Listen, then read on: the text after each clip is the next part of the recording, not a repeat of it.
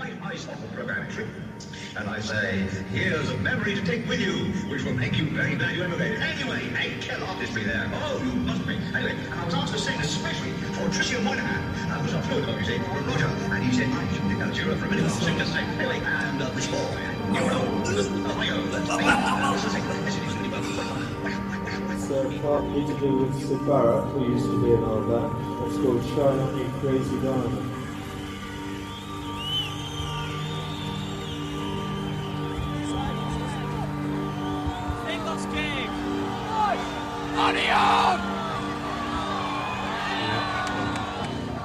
We'll carry on, you just talk amongst yourselves. Hello and welcome to the latest episode of the Fingal's Cave podcast. My name is Niels Tenfennig, and joining me today are Phil Salate, Kyle, and for the first time Mike McCartney. Welcome to all of you. I'm really happy to have you by my side and I'm ready to learn a lot. Glad to be here. Happy to be here. Hello, back once again. Hopefully my random precision doesn't allow me to overstay my welcome. It won't. Today we're diving deep into the fascinating period of Pink Floyd's live performances between 1974 and 1975. So Kyle, could you give us an overview about what we are going to talk about? So tonight we will be discussing a delta of shows between the summer of 1974 and the summer of 1975, either regarded as the Dark Side of the Moon tour or the Wish You Were Here tour. This is a period of the band's history that is regarded as the least interesting among people who are hardcore fans of what is known as the middle years. And I think there's a little bit more to dissect from this period than most people might realize. There's a lot of documentation that seems to suggest that the band were at sort of a creative low point where there wasn't a lot of new ideas in the can, but they were still workshopping pieces on the road as they had in 1972. So let's start by discussing the band's affairs. After their massive success in 1973, the release of The Dark Side of the Moon brought them to new heights, but also to a set of new challenges. Mike, could you tell us more about the situation within the band? Yeah, it's a really interesting era for a number of reasons. It's a real transitional time. Many of the elements that help define the band for the next decade come into place during this period. There's new personnel entering, like Phil Taylor, who stays in the band's orbit for the next 50 years. There's old personnel exiting, like Peter Watts, their road manager, who gets sacked at some point during this year. There are new elements to the stage production, like the circular screen, that are starting to be used. But aside from being a transitional time, it's also the last time where they really decide to workshop new material on the road. In the span of a year, from June to July of 1975, there's a large amount of refinement to the live material that ultimately leads towards the completion of the Wish You Were Here album. But this is not an easy process, as you're going to find out. At the end of 73, the band ends their most successful tour to date with a show in Tampa, Florida at the end of June. This final gig, in fact, was a stadium gig. Pretty rare at that time to have a gig in a football stadium for this band, but they did end that tour in a large gig at a football stadium, Tampa Stadium. The band now has reached the pinnacle of their success at a massive scale in both Europe and North America. But after that, through the remainder of 73, there were only 4 additional gigs played. Following those gigs, the band undertake the longest break on touring that they've had thus far in their career. Pink Floyd had been touring Dark Side for about 2 years at this point, and they were sort of in the process of trying to figure out what to do next. By October, November, they're in the studio again, but they're working on the eventually aborted Household Objects project. And they use these sessions to revisit some musical ideas that were originally conceived during the sessions from early 1971 that birthed echoes in One of These Days. The most interesting being Nothing Part 5, which turns into Wine Glasses, which opens up the Wish You Were Here album and Shine On You Crazy Diamond later in 1975. If the work beginning on Household Objects tells us anything, it's that the band was really grasping for ideas, trying new techniques, revisiting old ideas to try to will some sort of material into existence. This isn't dissimilar to how they worked in the past. Metal was largely conceived that way, but it paints a picture of a band whose collective creative well is pretty dry and who are unclear about how to follow up the success of their previous album. Interestingly, in December of 73, Roger Waters tells Michael Whale in an interview that he's written quite a few songs in the last year that none of the others have heard. So there's also this beginning of a divide between the band and the solo artist. Although the band is struggling to find direction and material, Waters clearly views his songs as something different. Waters goes on to say that Pink Floyd don't really have any ideas for the next album right now, but they're all in agreement that they want to figure it out on the road, just like they did with Dark Side of the Moon. As they move into 74, they eventually reconvene at a rehearsal space in King's Cross in London. They enter those sessions again with nothing, but the idea was to jam, find some musical nuggets in the same way they did in the early sessions for Metal. And it's during those sessions that they finally hit upon the idea for 2 new songs, Shine On and Raving and Drooling. Later that year, they do a similar thing in Elstree, and I believe it's at this time where they largely refine You Gotta Be Crazy. During this time, pretty tenuous. If you're interested in the band's politics during this era, I highly recommend it, as I'm sure we all will. Nick Sedgwick's book, In the Pink, Not a Hunting Memoir. It's chock full of juicy tidbits from this era. It also includes a very detailed tour diary from the 1974 British Winter Tour and offers some fascinating insights into the internal politics going on. Among those, Waters is openly contemplating the band's future, is already proposing that 50% of the year be spent on Pink Floyd and the other half of the year on solo projects, which the rest of the band seem to be in agreement about. Roger's first marriage is under strain throughout this time due to the increased demands of the band versus his personal life. In addition, he and his wife are struggling with their ever-increasing wealth and how to contextualize that as, self-proclaimed socialists. And this is a real sort of contradiction of their morals at this point. And Waters is not clear if he's in it for the right reasons, and he openly says that multiple times. Gilmour says he's contemplated leaving the band due to its ever-increasing size, status, and expense. He's struggling to find personal connection with the fans in the shadow of all this. And their manager, Steve O'Rourke, is eager for the band to be on the road more, but he doesn't seem so sure. And in the absence of touring, he's openly expressing insecurity about his value and his role in the organization, not in a dissimilar way to Brian Epstein and the Beatles when they stopped touring in 1966. So let's travel back to June 1974 and let's go to France. The 74 French summer tour was a short concert tour running from the 18th to the 26th of June. Phil, please tell us more about this first leg of their tour and the new material they brought to life. Sure. I mean, the first thing is, I think, the deal that they made with the soft drink company, Genie, really cast a shadow over the whole thing for them. I think they felt kind of gross about it pretty early on. I mean, the idea was that they would subsidize ticket prices for fans, and that would make it much more accessible. But it just seemed like everything went wrong for them in terms of both how they felt about it and I think certain details of how that was implemented. I noticed, by the way, there are a couple other books that I think are very useful when you're researching this period, although I heartily agree. In the Pink is just absolutely essential because it gives you this peek behind the curtain. But for the June period, 2 that are very useful are Pink Floyd, The Press Reports by Vernon Fitch, which has a little bit from that era. And also there's Pink Floyd en France by Patrick Touchet, which has some French language things that until I sat down and really read it, I'll freely admit my French is okay, but I used my phone because it's a heck of a lot faster. There are little tidbits that sort of give you a sense of how the band and how the audience felt about what was happening. Another tidbit, by the way, that I only found out about is that one of those press releases from Genie claimed that Europe 1 would be broadcasting all the concerts, which as far as I know, absolutely did not happen. The Pink Floyd I know would never agree to that. Another thing about this period is that it's so light on recordings. Bizarrely so. You would think that one of the most successful bands in the world would have bootleggers lined up at every show. And I don't know whether it's a French thing.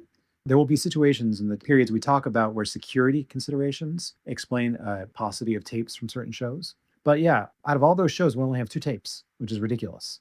But the eyewitness reports that we get from certain shows give us a sense of how things went. On the 18th of June in Toulouse, for instance, we get a really rave review from an eyewitness.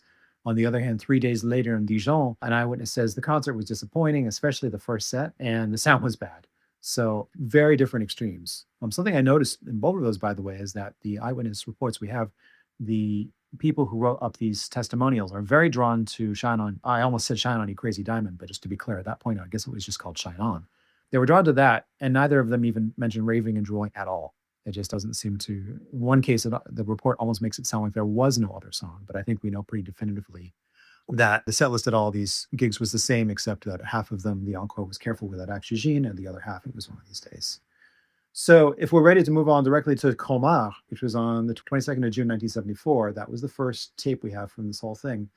And by the way, there's a great quote from Rick Wright I ran up in the course of researching this. He said, "I believe it's very important that I am a good father and I am around with my children. We limit ourselves to 3-week tours, and this has saved us from going mad." And that got me to thinking about all the Pink Floyd tours from about 1972 on. And by gosh, he's not lying. They really did try to stick to about 3 weeks at a time. Sometimes it was 4. And if they were in England, things went on a little longer because, of course, they could just drive home to see their family. But that kind of 3 to 4 week thing, I guess they figured out that they were going crazy on the road. And of course, if you're married, if you have children, of course, you're going to find that it's fraying at the fabric of your domestic life. Anyway, when we get on to June 22nd, 1974 at Colmar, first thing is, when we were talking about this episode in the context of preparing it, we all noticed that the selection of locations was a little weird. Like, for instance, Lyon was a place that the Pink Floyd played a whole bunch of times and seemed to go over very well, but it wasn't on their itinerary. I think part of the reason they played what they played may have had to do with Genie. Part of it may have had to do with just trying to make strategic decisions about where they could get folks. We speculated that Colmar may have been chosen because it was near the border. And indeed, eyewitness reports say, gosh, there are a lot of foreigners here. People from Germany, people from Switzerland. I think people from Belgium and the Netherlands may have been name checked. But it clearly was a spot picked with some strategic value in mind, I would think. And we get a very decent stereo recording. It's one of the better recordings, actually, from 74, I would say.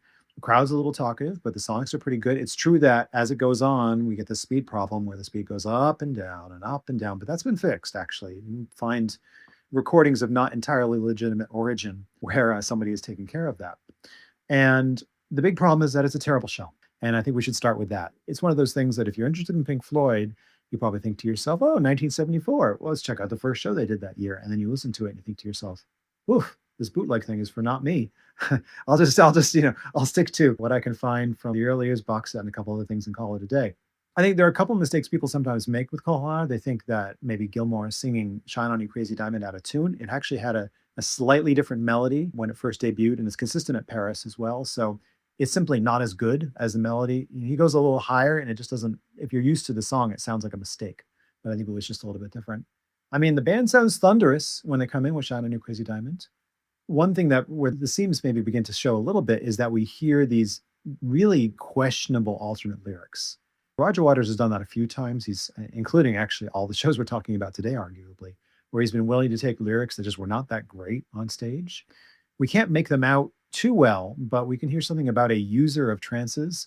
And at some point, I think he says something about you, Sydney, which is just way too on the nose, right? I mean, you've already got a song that spells Shine On You Crazy Diamond, SYD, as an acrostic, right? Sid.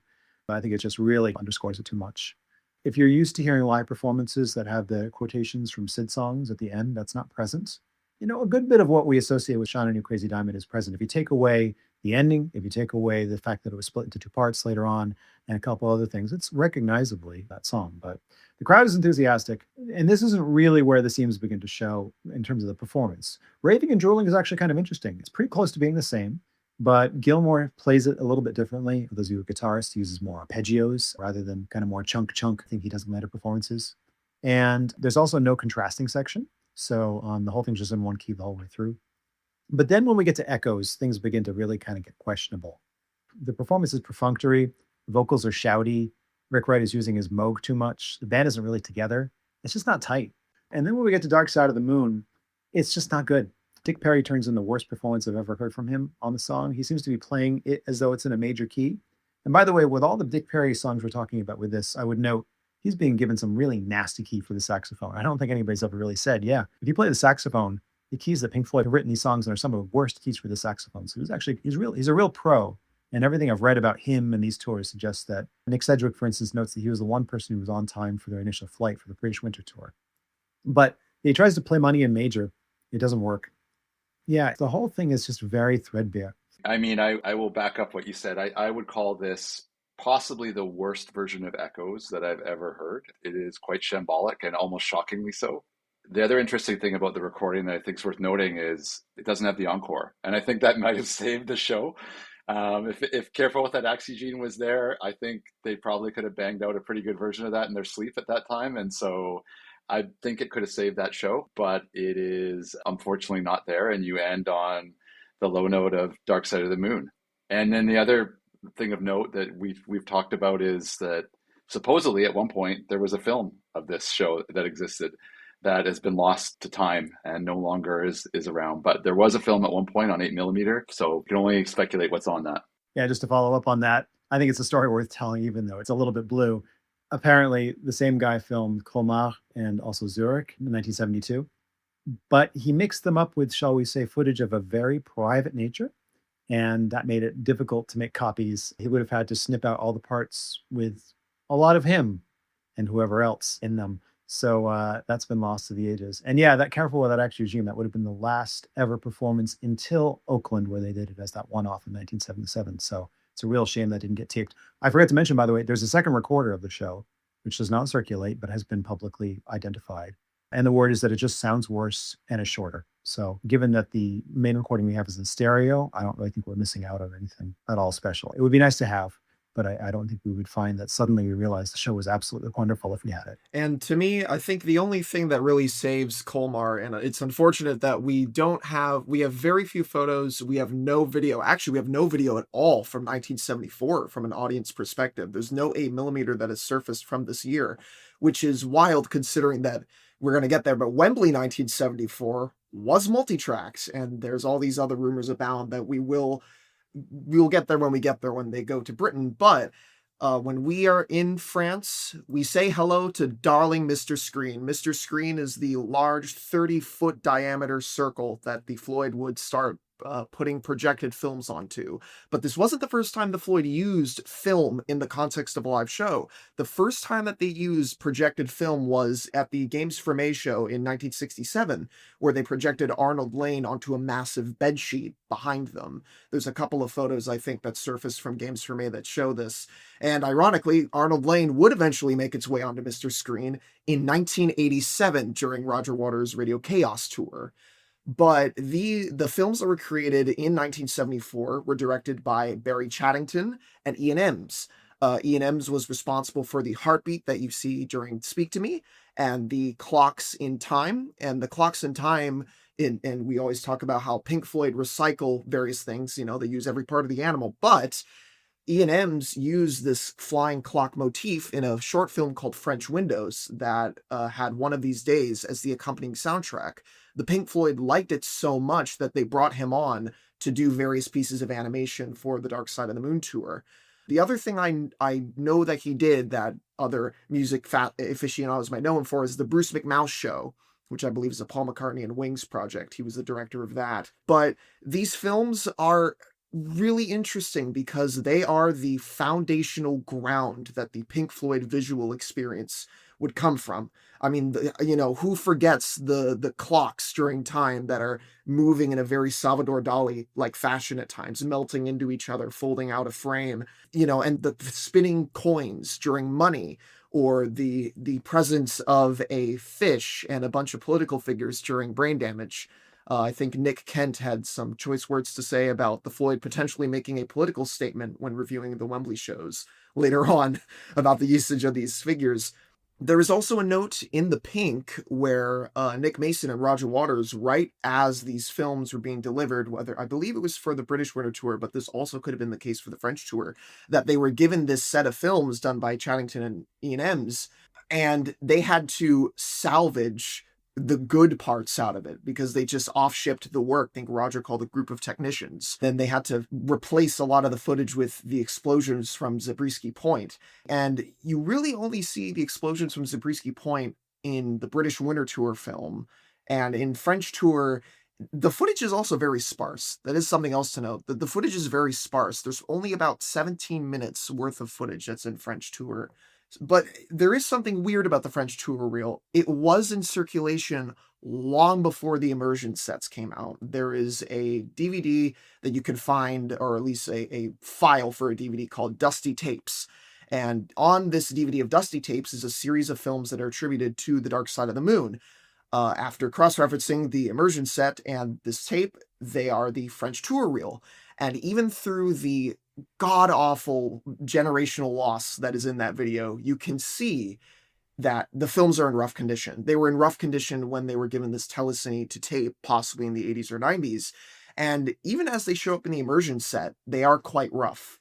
There's faded color. There's a lot of emulsion damage, or rather just general film damage. There's splicing tape that's noticeable on certain frames of Speak to Me. These films were obviously damaged as early as the 80s, and it sort of goes back to that idea that the Floyd, and maybe it's not the Floyd's fault that these things weren't curated very well, but when they were released on the immersion set, you would have expected that they would have done a little more dirt cleaning here and there, or they would have done a little more on the technical side to preserve them. And I'll note this now because it is present on all of the films that are in the immersion box set for Dark Side of the Moon. They all have frame blending, which means they were digitized at the proper 24 frames per second frame rate, but they were encoded incorrectly on the disc to 30 FPS. So if you go frame by frame, you'll see duplicates of previous frames as we go into shot changes and the like. But the other thing that is interesting to note about this era in 74 is that in 1974 began the Floyd's first collaboration with Gerald Scarfe.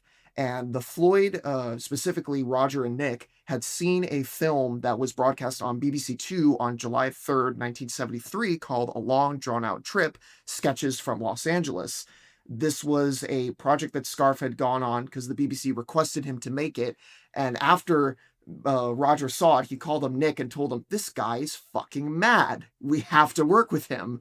And Scarfe was present at the King's Cross jam session where he drew what would become the caricatures of the band that are seen in the British Winter Tour program. And there's an interesting note on that piece of art, and this goes into the beginning of the band's division. In Scarfe's Making of the Wall book, he notes, "When Roger saw the finished drawing, he remarked how separate Rick looked from the rest of the band.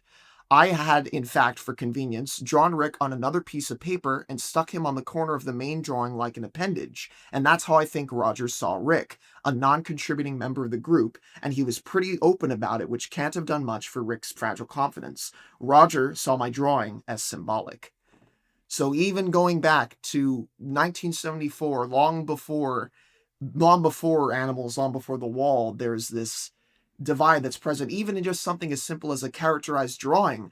And honestly, Rick made it out the best out of all the band members. If you look at that drawing, Roger's depicted as this horrible looking gargoyle, Dave Gilmour is a hunchback, and Nick Mason looks like a long-nosed toucan that's tapping away at a couple toms. So Rick made it out quite well, just being given the, a little bit of a butt chin and an, oversized head. So to continue on to the other show that we have from this period, which is the 2 days later on the 24th of June in Paris, it's something that if you're very curious, you might listen to. It's definitely a better show than Colmar. Let's be clear about that. There are a few things that are interesting about it, I suppose. One of them is that there's a widespread rumor that money from this show was recorded by French TV. That hasn't been confirmed, though, so I would take that with a grain of salt. There was, by the way, a misunderstanding that isn't really worth getting into, but when Gilmour and Mason were interviewed on French radio in 1982, there was a series of misunderstandings that led to the French people broadcasting money from the BBC performance later that year as somehow being from France. It wasn't, but I think a lot of fakes got passed around maybe as a result. There was one that was passed around as Toulouse 1974. But another thing that's interesting about this show is that it features what is the last recorded performance of One of These Days with the original, well, not the original four members, but with Waters, Wright, Mason, and Gilmour, because they played it a couple more times, but we don't have those recordings. So that's our last One of These Days. And there's one other thing, which is that because of the speed problems on Colmar and the way it's been corrected, you can't really tell this on the main bootlegs that circulate. But in Paris, you can hear that the Floyd have done something that has always struck me as very, very strange, which is that if you listen to performances of Dark Side of the Moon from 1973, you have the tape play for Speak to Me, and you have that big B minor chord, and it goes into the E minor chord of Breathe. From 1974 through 1975, when they play that tape, they have sped it up, which means that the last chord of Speak to Me does not lead to the first chord of Breathe in all the same way. They're basically in different keys. It boggles my mind that a band with such a reputation for perfectionism allowed this to happen. So why did they allow it to happen? It seems like it might have been a timing thing, that there was some elements. I don't know enough about the stage show to know what they would have been timing to, but it's possible that with all the kerfuffle about the films, they said if we made it 5% faster, then it would work out perfectly. But whatever it is, once you hear it, you can't unhear it. And I don't understand why that doesn't bother the hell out of everybody, including the bands. Because to me, it's so discordant and so illogical. And you can hear the voices sound sped up. Their interviewees sound like chipmunk versions of themselves a little bit. It's just maddening. Your observation on it being 5% probably because of the films could have, that more than likely was the case. And this goes for just about all of the sound effects that are played between 1974 and 1975 of the speaking voices, the interviewees, or the clocks at the beginning of time. When even starting as early as Colmar and even going into Paris, going into Wembley, as these shows go on, the tape that plays back those clocks plays out worse and worse and worse. It's riddled with wow and flutter. It's so distorted. And by the time you get to, say, Nassau, I'm jumping ahead a bit, but when you get to Nassau Coliseum, I think it's the second date of the two dates that they played there, the clocks are not only distorted with the wow and the flutter and the faders being pushed up too high, the effects are playing at different times through the different speakers. They're not at all in the sort of controlled chaos. It now just becomes this cacophonous noise that Roger has to start and stop the ticking heartbeat sound on his bass to recenter because of how just disorienting it is. And we know that Roger used the screen films as a sort of a click track in a way. Not quite a click track, but he did, because there's pictures from Colmar where his back is turned to the audience and he's looking up at the screen while he's doing the heartbeat or the ticking clock sound at the beginning of time. Just to kind of put a bow around this French tour, I think there's a very funny interview that Gilmour did with Melody Maker, which is mostly about his work with, I think it's the band Unicorn. But he did it in August of 74. And he says several interesting things. He says that they're thinking about dropping Dark Side of the Moon sometime soon. It says that they want to do a series of gigs at a small number of venues in England. They want to do multiple nights at each venue. He says that the new songs are now much better than they were on the French tour, but that the band is having a really hard time getting anything done. But it's the last line. Somebody asks him, how do you feel about touring? And he says, I'd look forward to the prospect of doing almost any tour right now, except a French one. And this is coming with a band member who speaks French relatively fluently. I mean, well enough that he can conduct interviews in French. So I wonder what it was that left such a bad taste in his mouth about the whole experience. But it could be the combination of the soft drink company, plus at Colmar, apparently his rig was just a disaster. He wasn't able to get things working. It's not really too obvious on the recording, honestly. I mean, it doesn't seem like that's the genesis of the problems. They just seem, frankly, utterly under-rehearsed, and the songs seem under-composed and underwritten. But whatever it is, clearly he didn't have happy memories of that. Just wanted to throw in one quote that I pulled from Nick Mason. When asked about this tour, Nick Mason said, "It was thrown together at the last minute. We knew about it, but we just sort of neglected it." So it sounds like in general, it was in the books, they knew about it, and they just didn't prepare in a very lazy sort of fashion.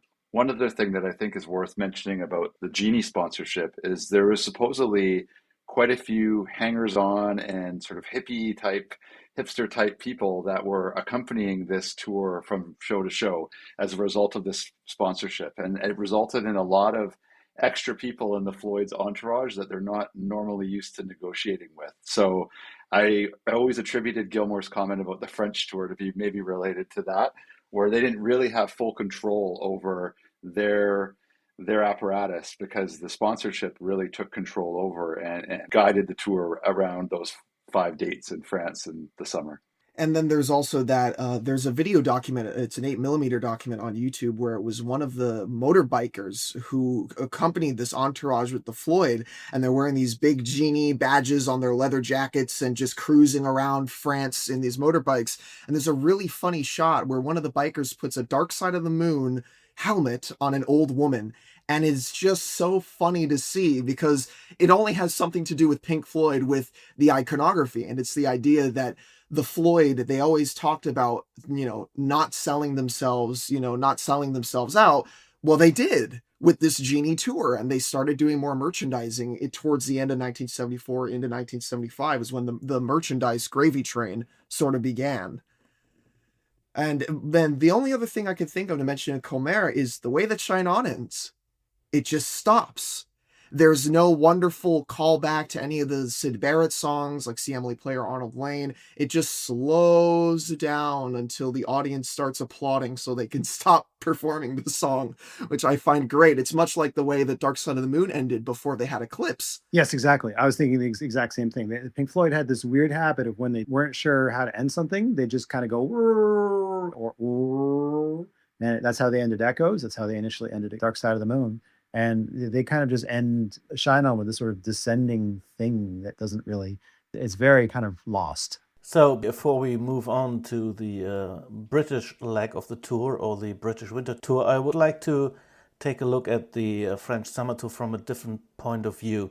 Thinking about the rock bands in the, let's say, 70s and even later, there are bands in which the members almost compete. You know, they have a competition on stage, like Emerson, Lake and Palmer, for example. They had huge fights over who's the loudest, who's the best. Carl Palmer, Greg Lake on his bass, and of course Keith Emerson. But there were also bands like Led Zeppelin who at least pushed themselves to the limit. And it somehow, I got the feeling that after the success of The Dark Side of the Moon, that might have changed. It was like they have to prove something. After Syd Barrett left, they had to prove they're still valuable as a band. Atom Heart Mother went, I would say, quite wrong, the whole studio thing. They were not happy about that. Echoes was their first piece they were really proud of. But I think they always had to prove something. And I somehow hear that in their shows and in their developments. And on 72, with their long tour from January to December, there was so much development in there on such a fast speed.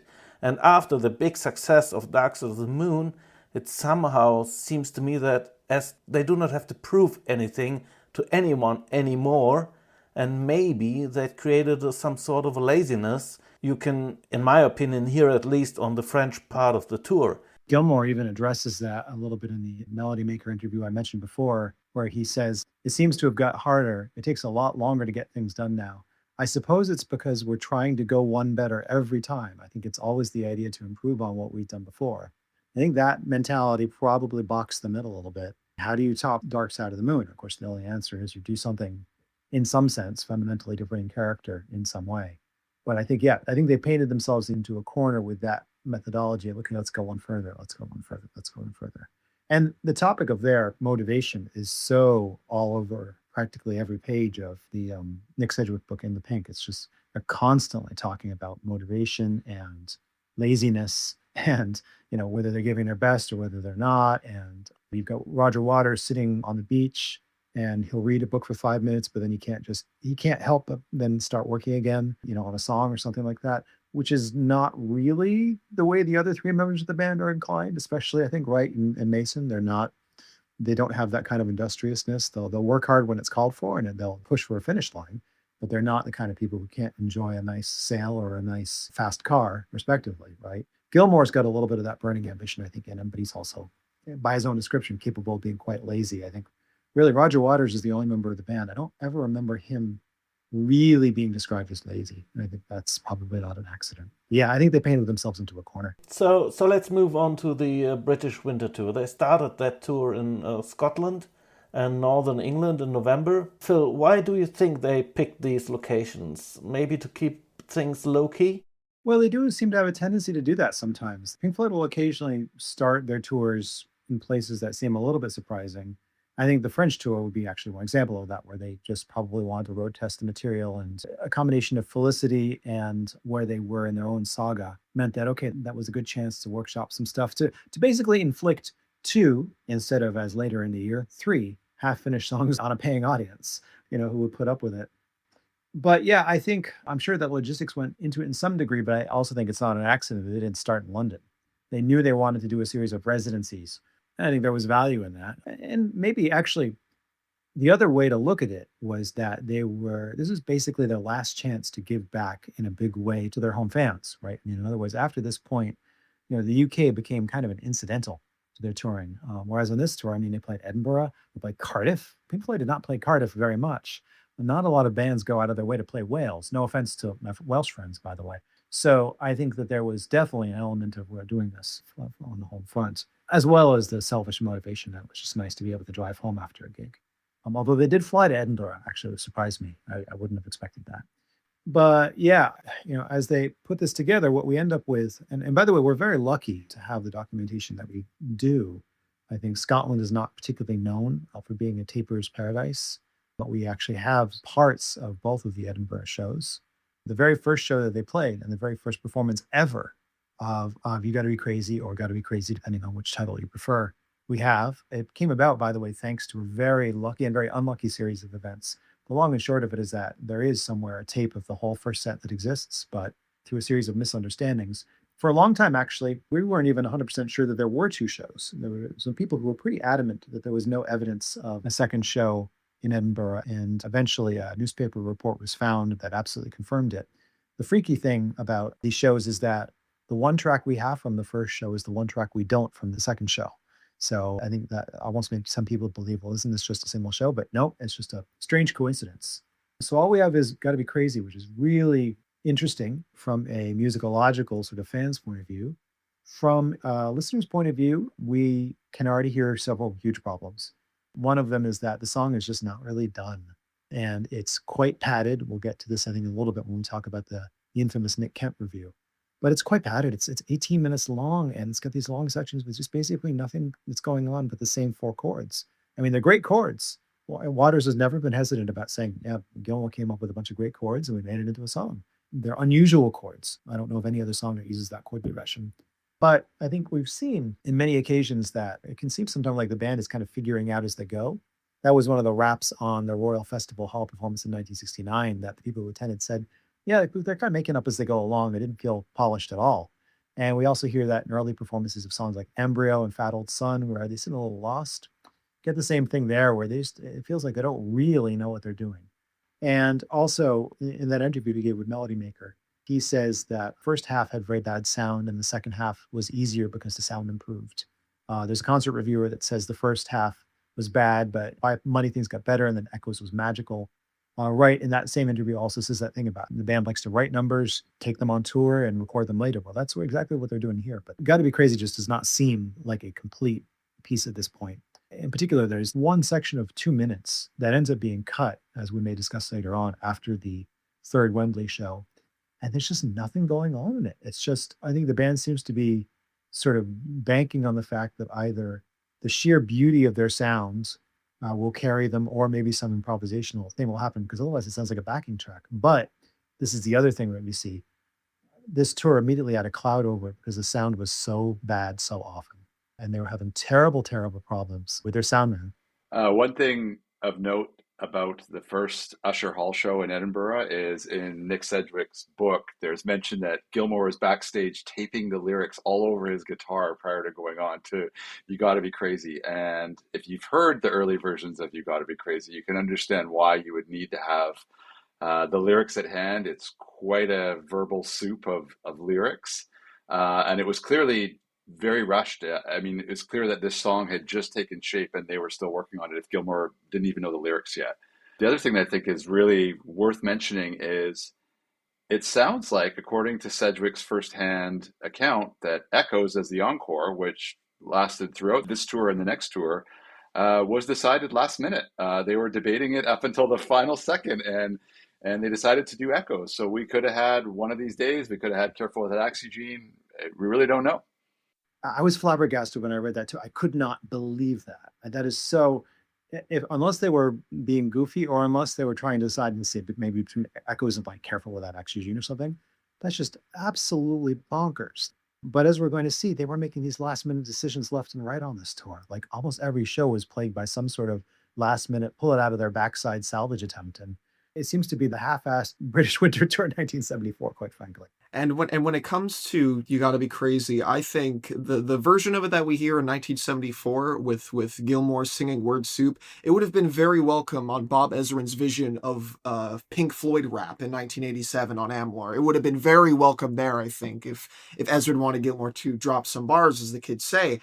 But when it comes to the decision to have Echoes in the show, instead of Careful, or at least as the encore, instead of Careful with that Axe Eugene or One of These Days. I think, and this is something I literally was just thinking about, maybe one would have to look into the logistics of when did it come out and, when would it have come out? Pompeii was being re-released that year in 1974.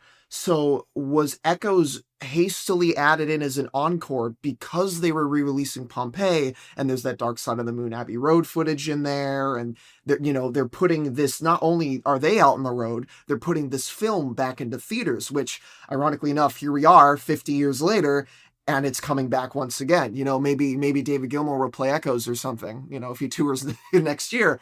I jest, of course, he'll never play it again. As we talk about Echoes and we talk about the way that it sort of morphs into not Echoes by the end of 1974, it morphs into something, at least with the addition of Dick Perry, which doesn't come until the 16th of November, 74, but it evolves from this ethereal piece about space that is just shared with the four-man Floyd, and then they add a lot of accoutrements to it, like the Blackberries and Dick Perry. And of course, there is the other thing of, I think this is used in the French tour, but that tape of Jimmy Young at the beginning of Raving and Drooling. I find it so funny that they use this tape of this boisterous BBC radio host. Do you live in Yorkshire? Or perhaps you live in Hampshire, and congratulations. And it's this long-winded thing that starts off Raving and Drooling. Jimmy Young is Raving and Drooling. I mean, it goes back to the One of These Days demo. It goes back to Sheffield 1970. But it makes you wonder, here's this criticism of Jimmy Young, who's just saying all these words to fill in time. What is David Gilmour doing on You Gotta Be Crazy? He's saying all these words in this consecutive order to fill up time.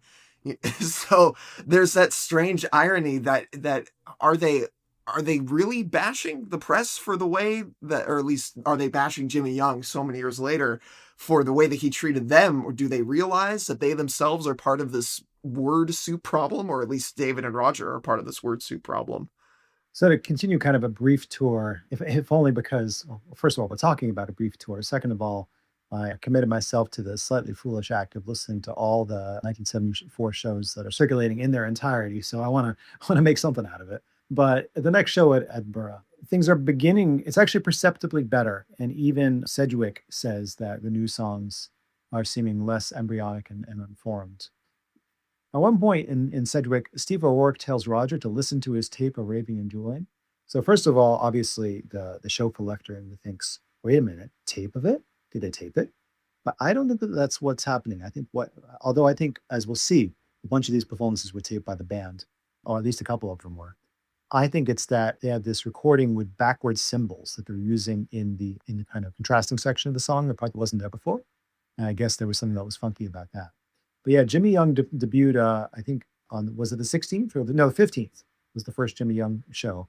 As Kyle mentioned, that dates all the way back to Sheffield. Something I don't quite understand how they did is they managed to speed it up without increasing the pitch, which is the kind of thing that I associate with like digital workstations of the 90s. So I don't quite know how they did that.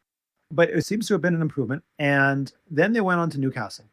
And there are two shows there, the first of which was apparently a complete disaster. It was distorted. The sound was full of interference. Gilmour was too loud. We were talking about people competing with each other earlier. I think there's a general sentiment as the 70s goes on that Gilmour was getting louder and louder and was actually annoying the rest of the band and their engineers and their crew. Why that is topic for another day. But the band actually had no idea that the show was a disaster until they came off. They thought they played well. And it turns out that what the audience was hearing was terrible. We have a tape of the next day. There's some kind of weird tape playing at the beginning of Shine On You Crazy Diamond. And by the way, hold that thought because that becomes very relevant at the very next show that we have on tape. They're doing something weird at the end of Shine You Crazy Diamond where they're playing a chord that they don't later on play. They're playing, for those of you who are music people, they're playing a seventh chord, which doesn't make much sense. And they ended up simplifying it later. They're quoting at this point now at the end of Shine You Crazy Diamond, see Emily play, Arnold Lane, Scarecrow, and then see Emily play again. Whereas at other shows they quote many more things. This is the one where we have the heckler begins talking to Roger. Actually, I think two different people have quoted this, not just Sedgwick, but there's also a newspaper article or somebody, I don't remember whether it was Storm Ferguson or somebody like that, where a heckler shouts out, play some music. And Roger says, what do you want me to do? We have been playing fucking music. This is another one. They're all new. So he's sort of unequivocally saying, hey, this is what we're doing. We're making a tour. We're going to make you happy and play Dark Side, but listen to these new songs. And whether you like it or not.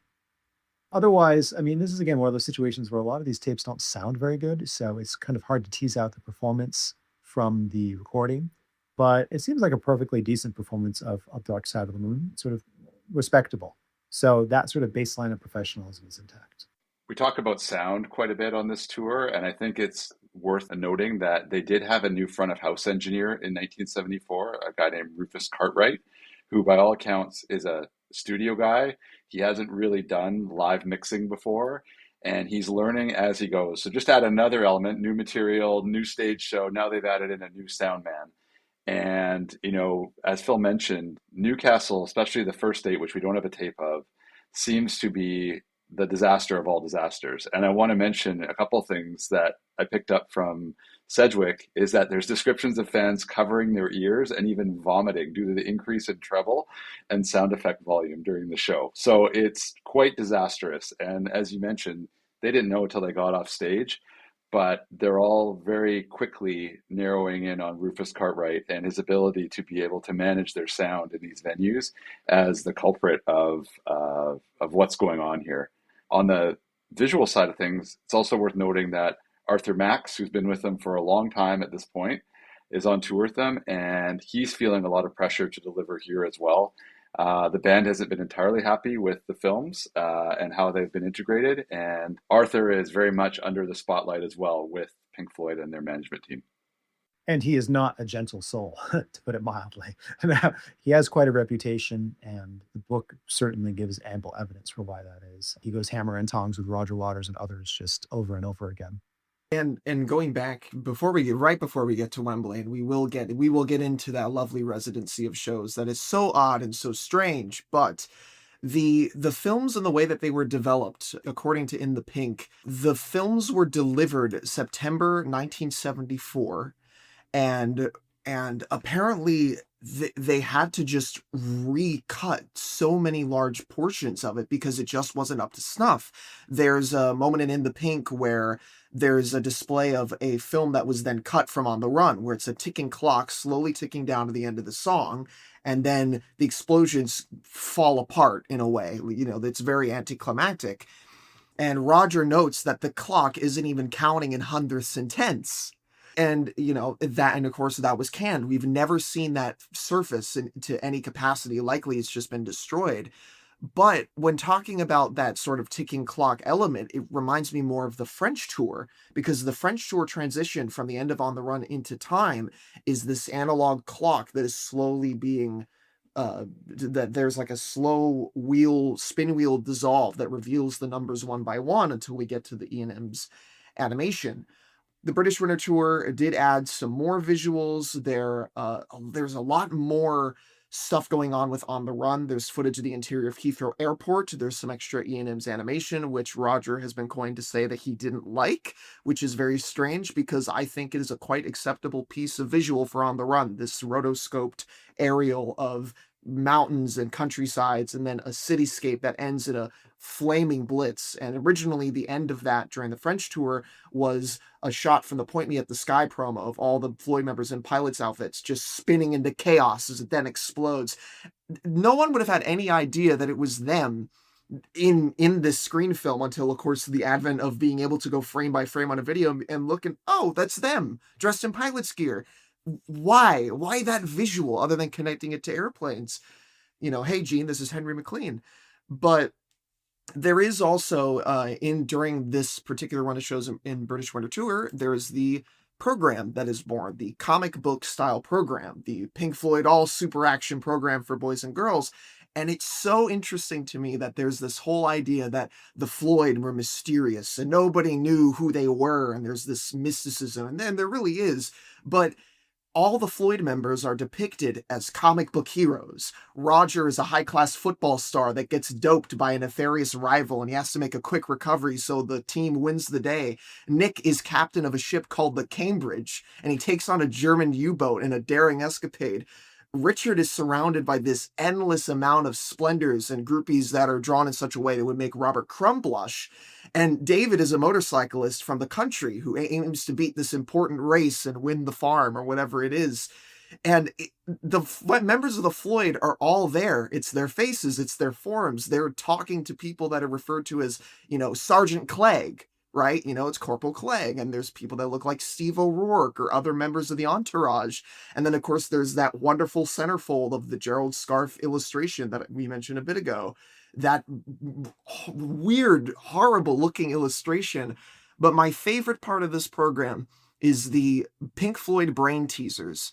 Because if you read that page, there is no way that any common audience member would have, one, known how to answer some of these questions, and two, would have known why these were brain teasers. My favorite one is a question that reads, what happened to the gig money in Copenhagen in 1967? And according to the answers table, it's Andrew King stuffed it down a drain. How would anybody in 1974, as a Pink Floyd enthusiast, be able to realistically answer that question? It was all in-jokes and things like that relating to the state of the band. Another one more relevant to the discussion of Dark Side is who showed up to the premiere of Dark Side of the Moon. Roger Waters, Nick Mason, Richard Wright, and the last result is, you must be kidding. Because none of them were going to show up, but I think Rick was the only one who did at the end of the day. He was the only one that showed up when the record executives invited them out to hear Dark Side of the Moon. And on the back cover, there's this set of instructions on how to achieve bliss or something with the Pink Floyd sign. And it's this caricature who's obviously this hippie with long hair. And he puts his fingers in a triangle formation. It says, trip out beyond Third Bardo. There's a picture by Jill Furmanovsky from the British Winter Tour, I believe it's from the British Winter Tour, where there are audience members actually making this triangle sign with their fingers in the audience.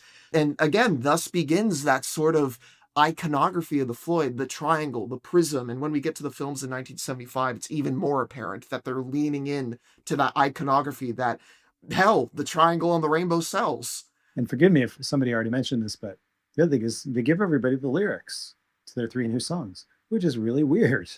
I mean, I can't imagine the songs were just not that fully baked at this point. And so to then hand everybody, including potentially their critics, the lyrics in total to the songs just seems strangely, there's just this weird mix of, a band that doesn't usually like people to peek behind the curtain and then suddenly, encouraging them to peek behind the curtain. And of course we can say, well, it was because Waters was proud of his lyrics. He sees them as the vehicle for a lot of the meaning of the songs, et cetera, et cetera.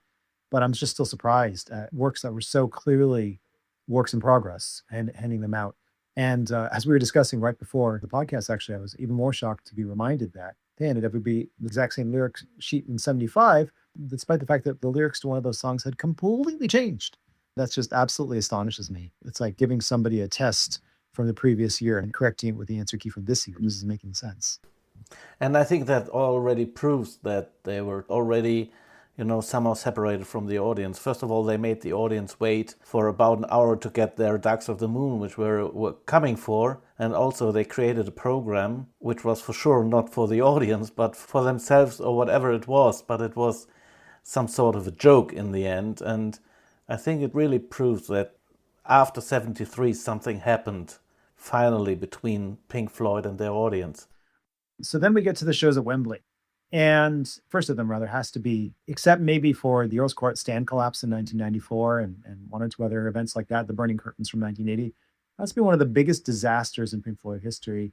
Not that it was as bad empirically as the show 6 days before in Newcastle had allegedly been, but just that it was a high-profile appearance and it was just terrible. Gilmour said it was probably the worst we've done on the whole tour, is how he described that show. And the big issue was the sound was horrible. We don't have a tape of it, although one certainly exists. Folks have told us exactly what was said before certain songs based on that tape. Why it doesn't circulate, I have no idea. We have up to 5 or 6 recorders of some of the other shows, but this one you don't have a single one that circulates. But this show has been made famous, I think, because of the absolute hatchet job done by Nick Kent. Anybody feel free to pitch in with your favorite quote from that review. I think one of mine is, unfortunately, the Floyd, as always, let the song sprawl out to last twice as long as it should, summoning the aid of some of the most labored bouts of oral padding imaginable. Well, I don't know about the as always. That's a little harsh, but it's true. When I reread that Nick Kent review, I'd say that the parts about personal appearance and politics are pretty questionable. The parts about music, I can't argue with at all. I mean, I haven't heard the show, but I've heard all of the other circulating winter tour dates.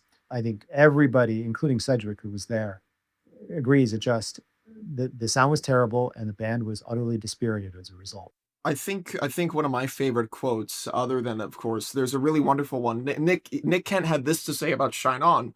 The lyrics are not very good, you see. Pretty much like sixth form poetry. Prissy, self-conscious, and pretentious. And man, what a slight especially at Roger, who values his ability to write so highly that in a nice box outlined by drawings that Nick Mason would have done on the cover of Relics, all lyrics by Roger Waters, that's in that program. So you want to blame somebody for why these songs sound the way they do, there it is. The name's right there in the big box. And his closing statement, one of his closing statements in the whole article, and he just, I mean, he rips the band apart. And it's one of the most scathing reviews I've ever read of, especially about Pink Floyd.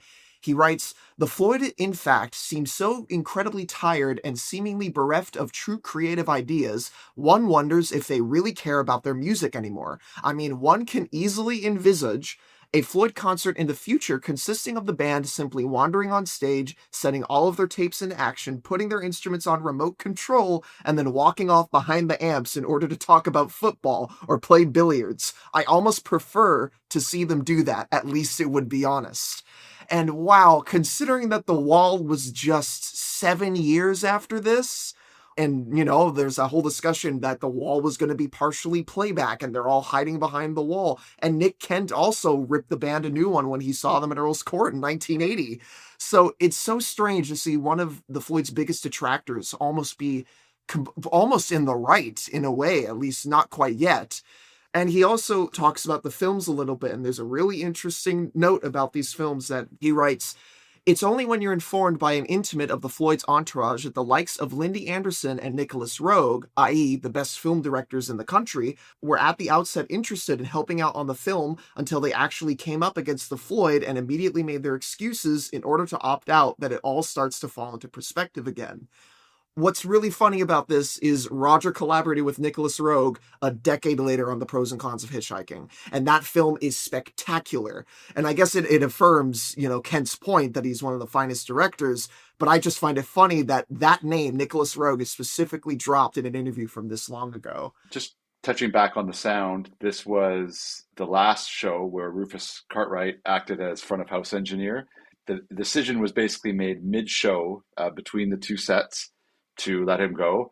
Brian Humphreys, who would go on to engineer, I believe, Animals and Wish You Were Here, was there to help them record for the BBC on the 16th, and he was getting levels and whatnot, and they basically battlefield promote him on the fly to watch over Cartwright as he finishes the second set, and after that, Brian Humphreys takes over the sound after the show.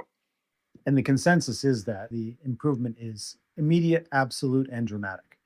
This is coming off a little bit like the I Hate Pink Floyd podcast at the moment, because we're being very critical. But, you know, the truth is, with the exception maybe of Paris, and I think Newcastle too, actually, the level of professionalism, you know, holistically is darn low for this band. I mean, this is a band that, unlike so many others, think about the number of disastrous Doors, Led Zeppelin, Jefferson Airplane shows, right? This is a band that every time you went to see them, you felt as though they had this commitment. And this is something like both Gilmour and Waters have said, like they really feel obligated to put on a show that's worthwhile to attend. They don't want to get up there and do something they don't believe in. So everything, though, up to this point has been felt like kind of like amateur hour. And all of a sudden, with the show on the 15th, it's not really good yet, but it's a lot better. And for whatever reason, this is a show of which we have an abundance of recorders. There's also this really weird tape that was probably like, it might have been a BBC test mix or something along those lines. I don't think anyone's really quite sure what it is, called A Strange One, which if you've ever wanted to hear Pink Floyd from Nick Mason's perspective, now's your chance, because it's basically just 80% drums and 20% everything else. But of course, folks may know that this ended up being part of the various mixes of the Wembley. You know, they were on the immersion set. I mean, they've sort of done bits and pieces of these gigs, or the two dates that they seem to have professionally recorded. Now, I don't know if they recorded the 14th or the 17th. We have no evidence that they did, but we know they did with the 15th and the 16th.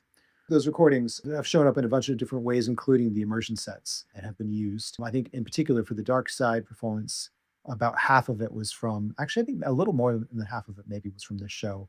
And if you take a look at when they put together a sort of a complete 1974 show, they used more from this night than from the next night. It's the first appearance of the Jimmy Young tape. I think it's a better performance than The Night That Follows, too, which is sort of a more famous performance because it was played by the BBC starting in early 1975 and many, many times since then. To quote Richard Wright, he said that this show was fucking good. So that's how Richard Wright felt about it. But yeah, on my notes, I say I don't really have much to say because I think that it's a solid performance overall. I think a lot of us will know it pretty well because there's a well-known bootleg, or a couple of them actually. There's one called Black Holes in the Sky. Confusingly, there's also one from the next night, also called Black Hole in the Sky. But it often has gone around with a very slow speed, which makes the tour seem even more depressing than it is. And there's something that happens, by the way, at this show. I'm glad I remember this because I almost forgot it. So first of all, the Jimmy Young tape appears for the first time, but also before Shine On You Crazy Diamond, which, by the way, just as a reminder, Shine On You Crazy Diamond is opening the show. Not a great idea, actually. And then comes Raving and Drooling, and then You Gotta Be Crazy. But during Shine On You Crazy Diamonds, those of us especially who might have bought or heard the Total Eclipse box set that was pretty popular in the 90s, a Pink Floyd bootleg compilation, it includes Shine On You Crazy Diamond from the show. And for a moment, out of nowhere, we hear Syd Barrett's voice, because for a moment they bring up a fader with a recording of Dark Globe, Wouldn't You Miss Me? And so for just a moment, we hear Syd Barrett's voice singing out in a range and register, quite frankly, that makes him sound a hell of a lot like Roger Waters. I remember noticing at the time, like, wow, that almost sounds like Roger. Well, it is Roger, just a different Roger. It was tempting to think it might have been like a bootlegger's invention, but it's on all the different tapes, different audience tapes of this show. So they tried bringing in Syd verbatim into the performance, and then I guess they mostly decided yet another last-minute decision not to include it. So then we have the next night at Wembley, and this is the really famous one because many people have heard this performance of Dark Side of the Moon. Problem is, it's not a good performance of Dark Side of the Moon, not at all. It's mediocre at best. One of the big problems is that Roger Waters really just makes a serious mistake in Us and Them. It's very funny. At one point in the Nick Sedgwick book, they're arguing with each other. And Roger says this thing, essentially, he says, look, I may play wrong notes sometimes, but my timing is always really good. I'm always on top of everything that's happening. It's like, no, Roger, that's not true. In fact, I would say actually the timing mistakes are much more damaging than the wrong notes, because if you do something at the wrong time, that throws everybody off. You play the wrong note, people can figure out you play the wrong note. But yeah, he makes the kind of mistake in Us and Them that is pretty unusual for a professional musician to make, just a timing issue.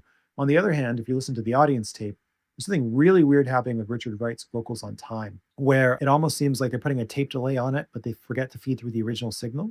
So Richard Wright suddenly sounds like he doesn't know how to count. Like he sounds like one of those YouTube fail videos where somebody's, 5 seconds off from where they're supposed to be. It's really strange. I don't think it's Rick Wright. I think it's a technical mishap. Keep in mind that they had a whole new mixing board, a whole new audio rig. So it's possible that Brian Humphreys is only a second day on the job.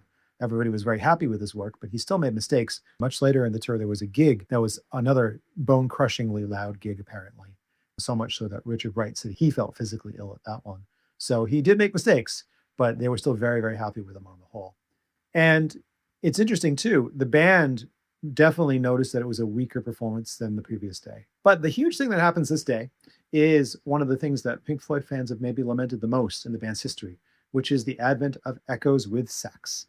And no disrespect to Dick Perry, and in fact, all respect to him, he did his absolute best, and he was playing in C-sharp minor, which is a key that if you were to play in that key, at least as written on the saxophone, you're dealing with a key signature where every single note is sharped. It's the kind of thing that, musicians post memes about on Facebook because it's so grotesque. Now, I don't know whether Dick Perry was a play-by-ear kind of guy, but being able to play well in that key was impressive. But between that and the addition of backing vocals from the Blackberries, what happens is essentially their dark side. I think, Kyle, you might have been the one to point this out. Their dark side of the moonifying echoes. They're trying to make it sound more like Dark Side of the Moon. And they've been doing that for a while. Richard Wright has been playing a Moog instead of the Farfisa on the build-up part of Echoes. Well, this is where, in the middle of a high-profile residency, in the middle of a major tour, with Nick Mason teaching them the lyrics, right, in between, events. This is just the pull it out of your ass tour. It doesn't make any sense. Like, they're making these decisions. I mean, granted, I understand that they're trying to save their own behinds, right, from disaster. But it's just the huge decisions that they're making at the last minute. And we're not done with the big decisions, by the way. There's another one coming. But and that was and like you mentioned, I had this thought when we were talking initially about why does Echoes sound like this, and it's only after having listened to 1974 and 1975 that I understand the dislike toward it. And the idea of Nick Mason as music director for just this one thing is really interesting to me. Why wouldn't David or Roger have wanted to do this, or even Rick? The more, I mean, not to say Nick Mason isn't musically inclined, but not the drummers should be teaching, the melody or something to these singers. But I always had this feeling that the reason why that they added saxophone and the Blackberries to Echoes is, one, give Dick Perry a little more to do. As it is, he didn't even play on Shiny Crazy Diamond at this point. That wasn't until 1975. So Dick Perry was given a little more than just Money and Us and Them. And the Blackberries were given just a little more than the Dark Side of the Moon pieces and, any of the songs they sang on Dark Side. And I had this thought that the reason why that they dark side-ified Echoes is to make it fit more with the rest of the second half of the show thematically, because Echoes to some degree does have a contrast. Us and Them is about the division between people, and Echoes is about the unspoken connection between people, and it retroactively works. It's of course a common theme in a lot of Roger's writing, but the fact that they made these deliberate choices on this date in the middle of the residency, they had to have known they were recording it. They said, well, if we're going to record something, we're going to record this that makes it sound more like the rest of what we just performed. And that is also another theory as to why I think they cut the particular encores, Careful with That Axe Eugene, in One of These Days. They couldn't mold them to fit the Dark Side of the Moon sort of style, the Dark Side of the Moon template. I mean, try to imagine Vernetta Fields singing a high note string Careful with That Axe Eugene, and then you start to realize why they probably wouldn't have done it, But of course, Roger, we say all this about, well, Dick Perry's on Echoes makes it a bad thing. Roger added Mel Collins to set the controls to The Heart of the Sun, and Wish You Were Here, and insert every single song in 1984 that has backing singers and has a saxophone. So Roger, maybe it was Roger's idea. I mean, given that trend in 84, it wouldn't be too shocking. And by the way, Dick Perry, I don't really know exactly when this happened, but at some point they had him playing some keyboards. I don't know whether that happened this early, but I know it was happening. I'm pretty sure it was happening in 77. I don't know if they had him playing any keyboards in 74 or 75. They also, other band members would sometimes grab keyboards if they weren't busy. Like, for instance, Waters would often play the pings and echoes in the build-up section after the Seagull section. I mentioned this because something I forgot to mention about Newcastle. It has the worst keyboard playing I've ever heard from any member of that band as a solo on Echoes. Basically, the best reason to hear this show, because it sounds like somebody had a keyboard with 3 working notes on it, and they just played those notes over and over and over again. It's a Moog solo on the build-up section of Echoes, and it's terrible. If it was Richard Wright, I hoped that it was chemically induced because that's the only way I can make sense of it. And if it wasn't him, then I hope that they gave whoever it was a good talking to, that they need to do a little bit better. So then we get to the final night at Wembley. And this is one of those nights that's sort of tricky to talk about because we have one of the very best audience recordings, actually probably 2 of the best audience recordings of that entire year. Both came from this night. We have a recorder 1, which is just really good and just has a little bit of distortion. And then we have a little bit of a recorder 3, which is even better and has none of the distortion, right? Apparently they were sitting next to each other. It was really well captured. The band also did something really smart. They opened up with Raving and Drooling instead of Shine Me Crazy Diamond.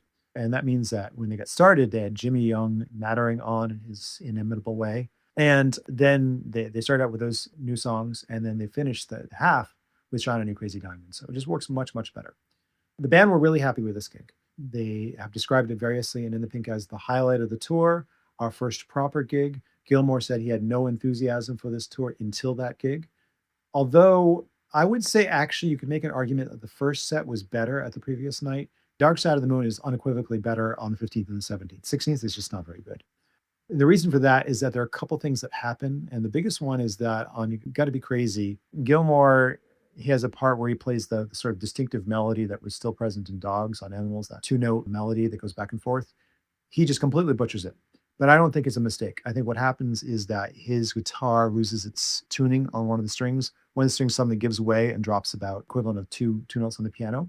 And so he goes to play it, but the wrong notes come out. It's not his fault. And you can hear him tuning up rapidly. He may even either gotten a string change or a different guitar, or whatever it is. They also, by the way, have cut that section from Gotta Be Crazy.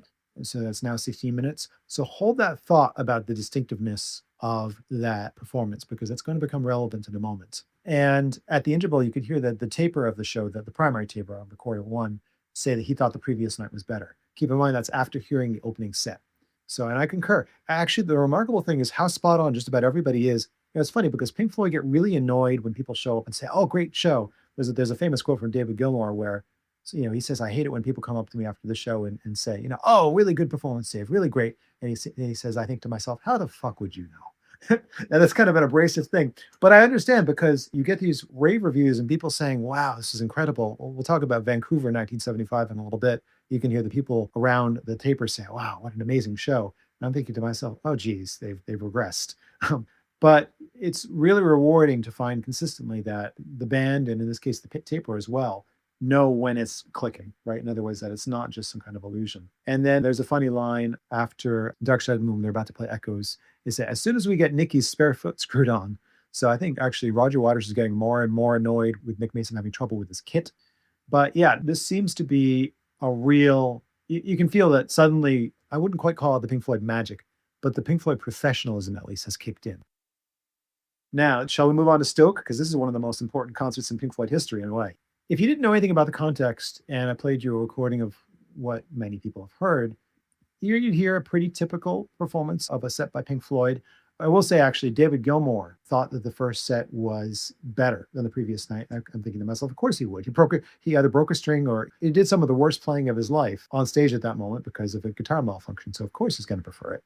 Once they got done with the set, they thought it was adequate. Rick Wright still preferred the 17th. But I think you can make a case that, the first set is a very good representation of those new tunes. And the second set is a Dark Side of the Moon recording. What gets interesting is you want to talk about how we have these recordings. The second set circulates as a tape in stereo of Dark Side of the Moon and Echoes. Pretty commonplace. The first set, on the other hand, was famously released on a bootleg called British Winter Tour 74. That bootleg, because somebody decided to make up some BS, to put it simply, became one of the most infamous bootlegs ever. Because a journalist claimed that this very professional-looking bootleg of the first set had sold 100,000 copies or something ludicrous like that. I think it was something like it sold 80,000. It was projected to sell 100 to 150,000. Well, I think we've already covered in this podcast, in the Mick the Hat episode, that was utter and total hogwash. It was complete fabrication. It sold maybe 1,000 copies because that's all they pressed, right? You can't sell copies of a record you haven't pressed. But it definitely shook the band to some degree. I'm told, with huge thanks to the researcher who tracked this down for me, that it came out in about May 1975. So they would have been in the middle of the American tour, well, they're between halves of the American tour. And there was an article called Bootleggers Slice Floyd's Cake, which is what I think brought a lot of these numbers to attention. So there are some mysteries about this show, right? First set, Nick Mason stops for a big chunk of Arabian jewelry. This is another place where Sedgwick is so incredible to have because he says Nicky lost a bass drum pedal early on and never recovered. There's the answer, right? His bass drum pedal failed. It's kind of cool. I kind of like it without drums for a little bit, and then Gilmour screws up the lyrics in Breathe at one point. There's a bunch of mistakes in the Dark Side of the Moon set, especially in Money, which is really a pretty poor performance of Money. Okay, so mystery number one, why is the bootleg LP in mono and the second set in stereo? Some people have theorized that there are just two different recorders. I don't think so. Based on what I know, I think it was simply down to a screw up on the part of the taper. And I know this because this actually happened to me. One of the very first shows I ever taped, I borrowed a rig. I went to tape it. I said to my friend who was holding the microphone, "Why the hell is this only in mono?" We've spent about 5 minutes figuring it out and ultimately realized that we had to hit a switch and then it was in stereo from then on. So that exact scenario happened to me.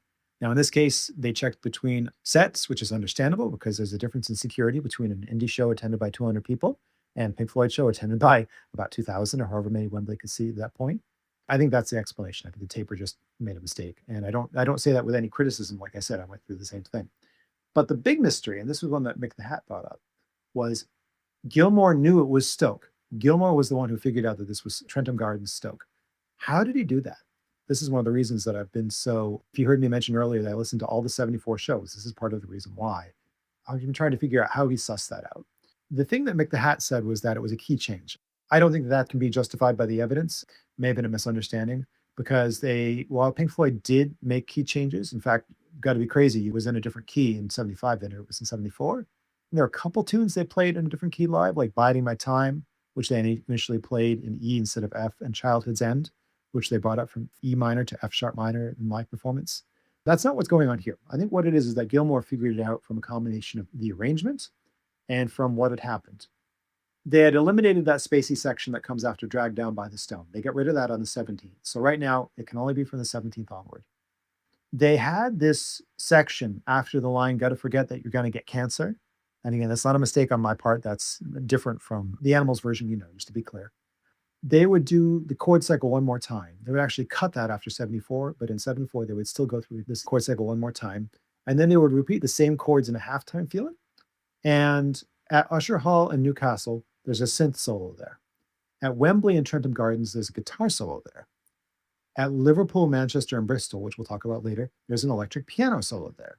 So there are 3 distinct phases to the arrangement. So right away, what do we know? Well, let's assume that the 28th in Liverpool, which we don't have, was the same as the 29th, which with this band this year, you can never tell what they're going to do at the last minute. Well, let's make that assumption. That means that there are essentially only 3 dates based on the arrangement alone, if Gilmour knew when changes had been made. And keep in mind, at this point, he has Nick Sedgwick's manuscripts. He was royally pissed about it, and I don't understand why. Because to me, everything in that book has the ring of truth, and nobody comes out of it looking bad in a way that seems unjust, right? In other words, Sedgwick does a very good job of just reporting what was said. And if anybody comes out of it looking bad, it's kind of Roger. Even though he's Roger's friend, he definitely shows Roger warts and all. And Roger annotated the whole book in a black Sharpie and makes it very clear that he supports the whole thing and appreciates the truthfulness of it. So right away, there are only 3 gigs that it could be. The last Wembley gig. And keep in mind, by the way, there's not enough context to know that it opens with raving and drooling. We have to use other data points because the bootleggers cut out the talk before and after. Or we can only barely hear the tiniest bit of Jimmy Young at the beginning of raving and drooling. So it has to either be the last show at Wembley or Trentham Gardens or Cardiff, which was not taped as far as we know, which is a real shame because it sounds like it was a pretty good show. But I think the big thing is that Gilmour was going to remember his guitar accident. And all he had to do was look at Sedgwick's manuscript to see the thing about the bass drum pedal failing. So I think the music alone plus Sedgwick's manuscript gave him more than enough to figure out that it was Stoke. It's possible there's some other nuance, but I don't think so. I think he just knows it wasn't the last night because I messed up my guitar solo. It wasn't Cardiff for reasons we don't know. So it was Stoke. And isn't there that comment in the Pink where it's a discussion between sets, how they were trying to film Stoke, and Roger said something to the effect of, "I want a fucking concert, not a movie." This is the big rumor that there might be film of this. I've never heard any evidence of anything, unfortunately. I think if Arthur Max had it, God knows what we'd have to do to get it from him, even in the best of situations, because he's not, I believe he's still alive as far as I know. He's not an easy character to work with. The other aspect of the videotaping by Arthur Max is that, by all accounts, the stage was unbelievably hot during this whole gig. So he had taken the gels off of the stage lighting, and the band noticed this difference. And that's what led up to Roger's quote, which I've written down. So I'll say it exactly verbatim, which is, "Tell the bastard we want a light show, not a fucking video recording." So whether or not it exists, who knows? But it's tantalizing that it's video too. It's not film. They're saying it's video. So that's very, very interesting. And then we get to one of the really pivotal events in the Pink. I think the thing, if there's a single concert around which the whole thing is structured, in the second half, it's actually this one, which is Liverpool. They did 3 gigs. The first one was a complete technical disaster. One of the PA stacks died. We don't have it. The second gig, before they had it, they had a huge band meeting. I don't remember whether it was that night or the next day. I seem to remember it was that night, actually. And that's the one where Roger Waters said, I generally keep very much in time with what's going on. They had a big band meeting and they basically let each other have it. They told each other, like, this is how you're messing up and this is what I think of it. And it turns out to have been incredibly cathartic for everybody. It's fascinating how people responded. The way Roger Waters saw it and the way that Nick Sedgwick recounts it, the person who actually took the criticism the best was Richard Wright. He was literally asking for more criticism. He was saying, please, tell me how I can do better. It seemed very sincere, actually. And later on, Roger says basically, yeah, Rick was great. David, if he thinks he's wrong, fine. But if he thinks he's right, he's as stubborn as a mule, was the sort of reaction to the whole thing, which sort of rings true to me, actually, based on what we know about Gilmour's personality. But they had this huge, what is it? Is it Seinfeld? Was it Festivus? This massive airing of grievances. And there was one other thing. Mason admitted that he basically couldn't hear Rick most of the time, which is, I think Sedgwick calls it out. He says, this is one of those things that if it hadn't been interrupted, people should be spending the next 20 minutes talking about it, but instead there was another tangent. The outcome of all this, anyway, was that everybody left there feeling very good. By this point, they'd read the Nick Kent review. Waters thought it was great. I mean, sort of sarcastically, but also seriously. He said, yeah, we deserve to have the piss taken out of us. We're not doing a good job up here. I think others were hurt in varying degrees. I think Gilmore was clearly the most hurt because it criticized his greasy hair, and he just thought that was below the belt, which it was. So Sedgwick describes Dark Side of the Moon on the night of the 29th as something like a religious experience. And by the way, the band is quite clear about how great they thought the show was. Waters says, before Liverpool, I was just doing the minimum. And at the show itself, before Echoes, he says, I'm glad you came tonight because we've had 11 gigs on this tour, and this is the first one that's really been any good. Sedgwick slightly misquotes that, but that's basically accurate from the tape. The problem is the tape does not really show it. And this is one of those times that even with what you call bootleg ears, I'm just not able to hear what's being described. The recording just isn't great. I mean, it's not terrible. It gets terrible toward the end, actually. Toward the end of Dark Side of the Moon, it falls apart. The tape begins to lose stability in terms of speed. Any Color You Like is always interesting. At one point in another interview, Richard Wright says, Any Color You Like is an improvisation. He said, basically, look, Dark Side of the Moon at this point is like an orchestral piece. David Gilmour gets to improvise during Money, and we all improvise during Any Color You Like, but otherwise it's a scripted orchestral piece. Like, that's fine. That's what we're doing.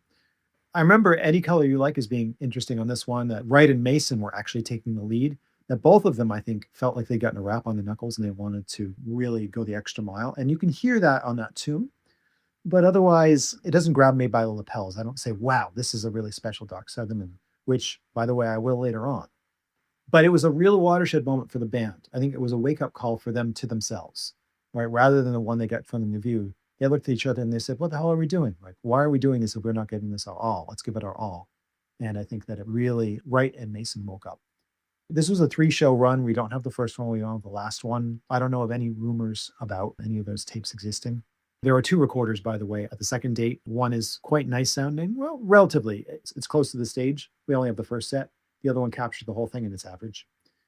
Then there was a series of shows at Birmingham, and those had very heavy security because of recent bombings during what I will call the Troubles in 1974.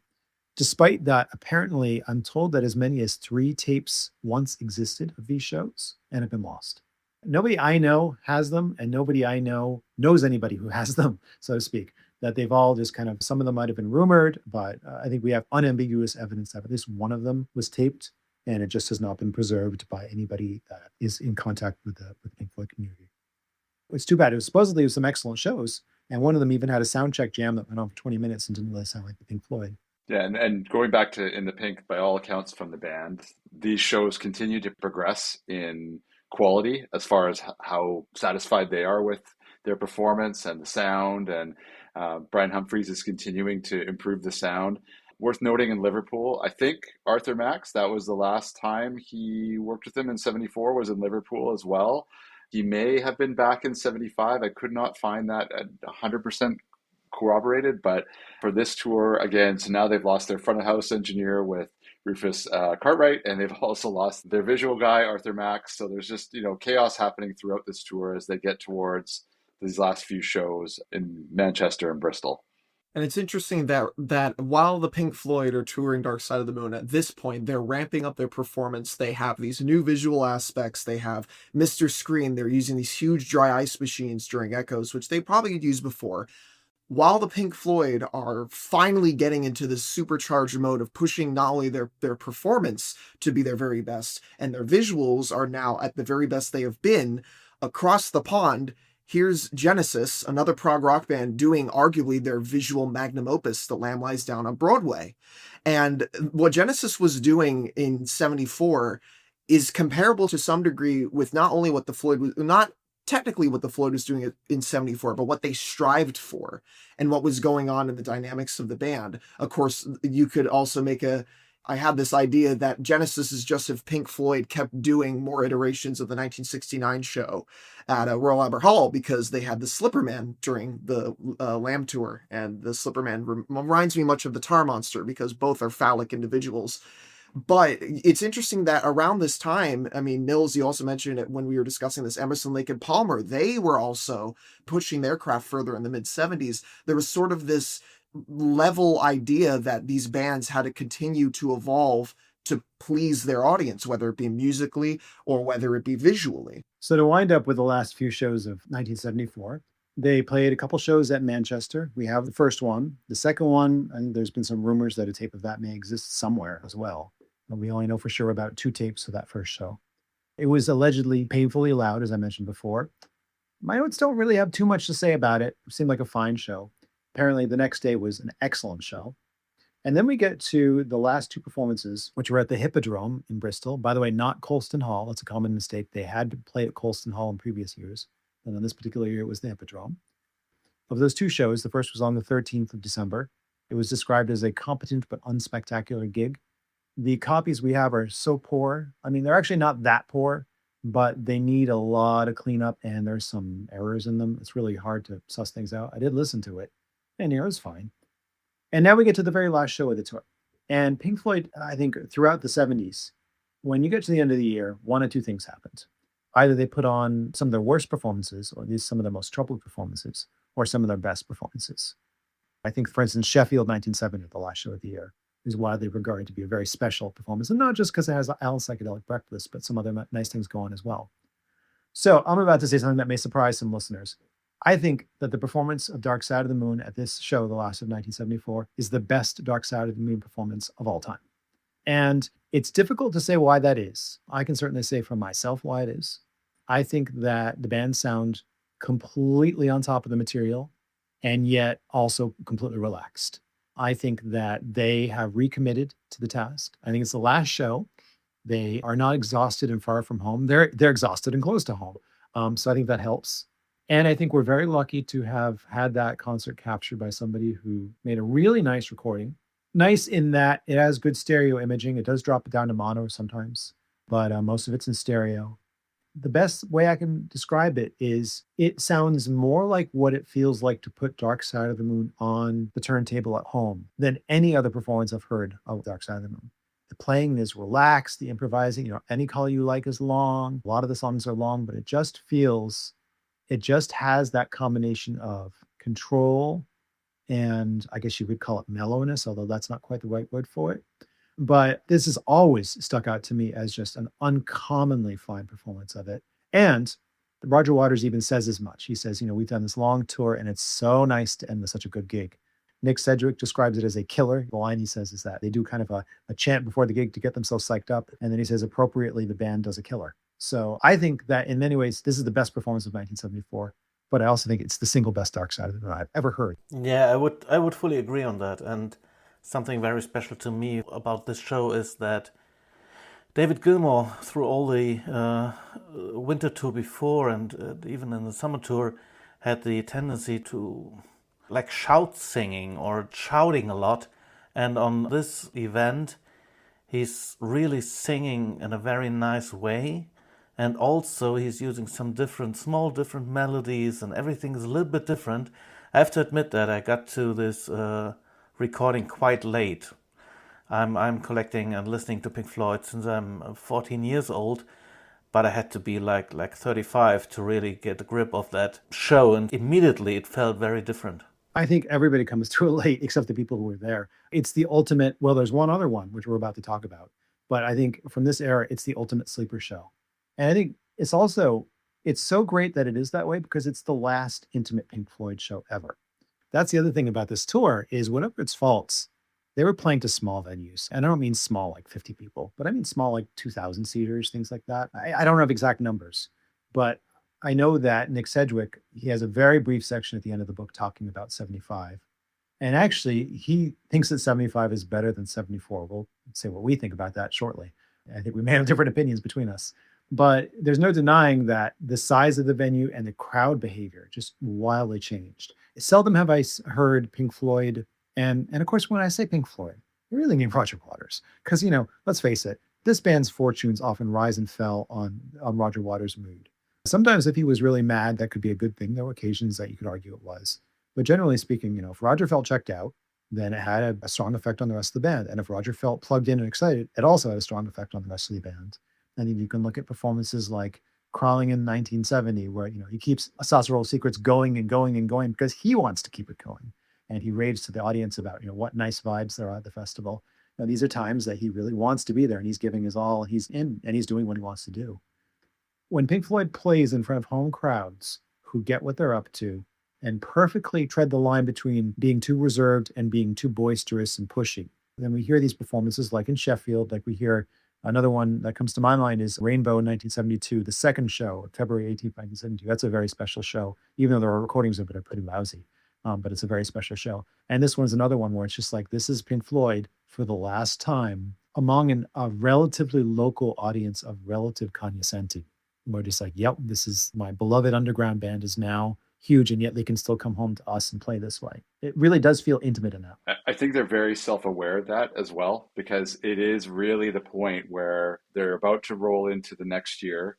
They know that the next year will not be as intimate, and they can't really prepare the way that, or lack of have the lack of preparedness that they had going into this tour, going into such a major undertaking as the US tour the following year. It's really their punctuation mark on a very strange period where they sort of half-heart this tour from June all the way to December. And right at the end, they have a really good gig. And this is where they need to take stock and figure out sort of, okay, what do we need to do to really do this right in the following year? And I think what you'll see in 75 is that is what they do. And I guess to round out the general thoughts on Bristol, I am very late to this recording by virtue of I was only able to listen to the Dark Side of the Moon set end to end uninterrupted this afternoon before we even recorded. So it's very fresh in my mind in terms of how it feels. And right, it goes back to what you were saying, Nils. Gilmour is actually far more melodic in his vocal delivery, something very rare between 1974 and 1975. There's so much that happens in this show that it feels like Pink Floyd doing, again, it's the idea of you put Dark Side of the Moon on your turntable in your house, and this is what it feels like to listen to it. And it's not only just the interesting playing that Gilmour is doing, and my God, on Breathe, you could hear both David and Rick singing. That's not very common. Usually you just hear David, because I think it was at this point Rick could no longer sing a lot of those higher notes because he was a smoker and his voice was naturally deteriorating that way.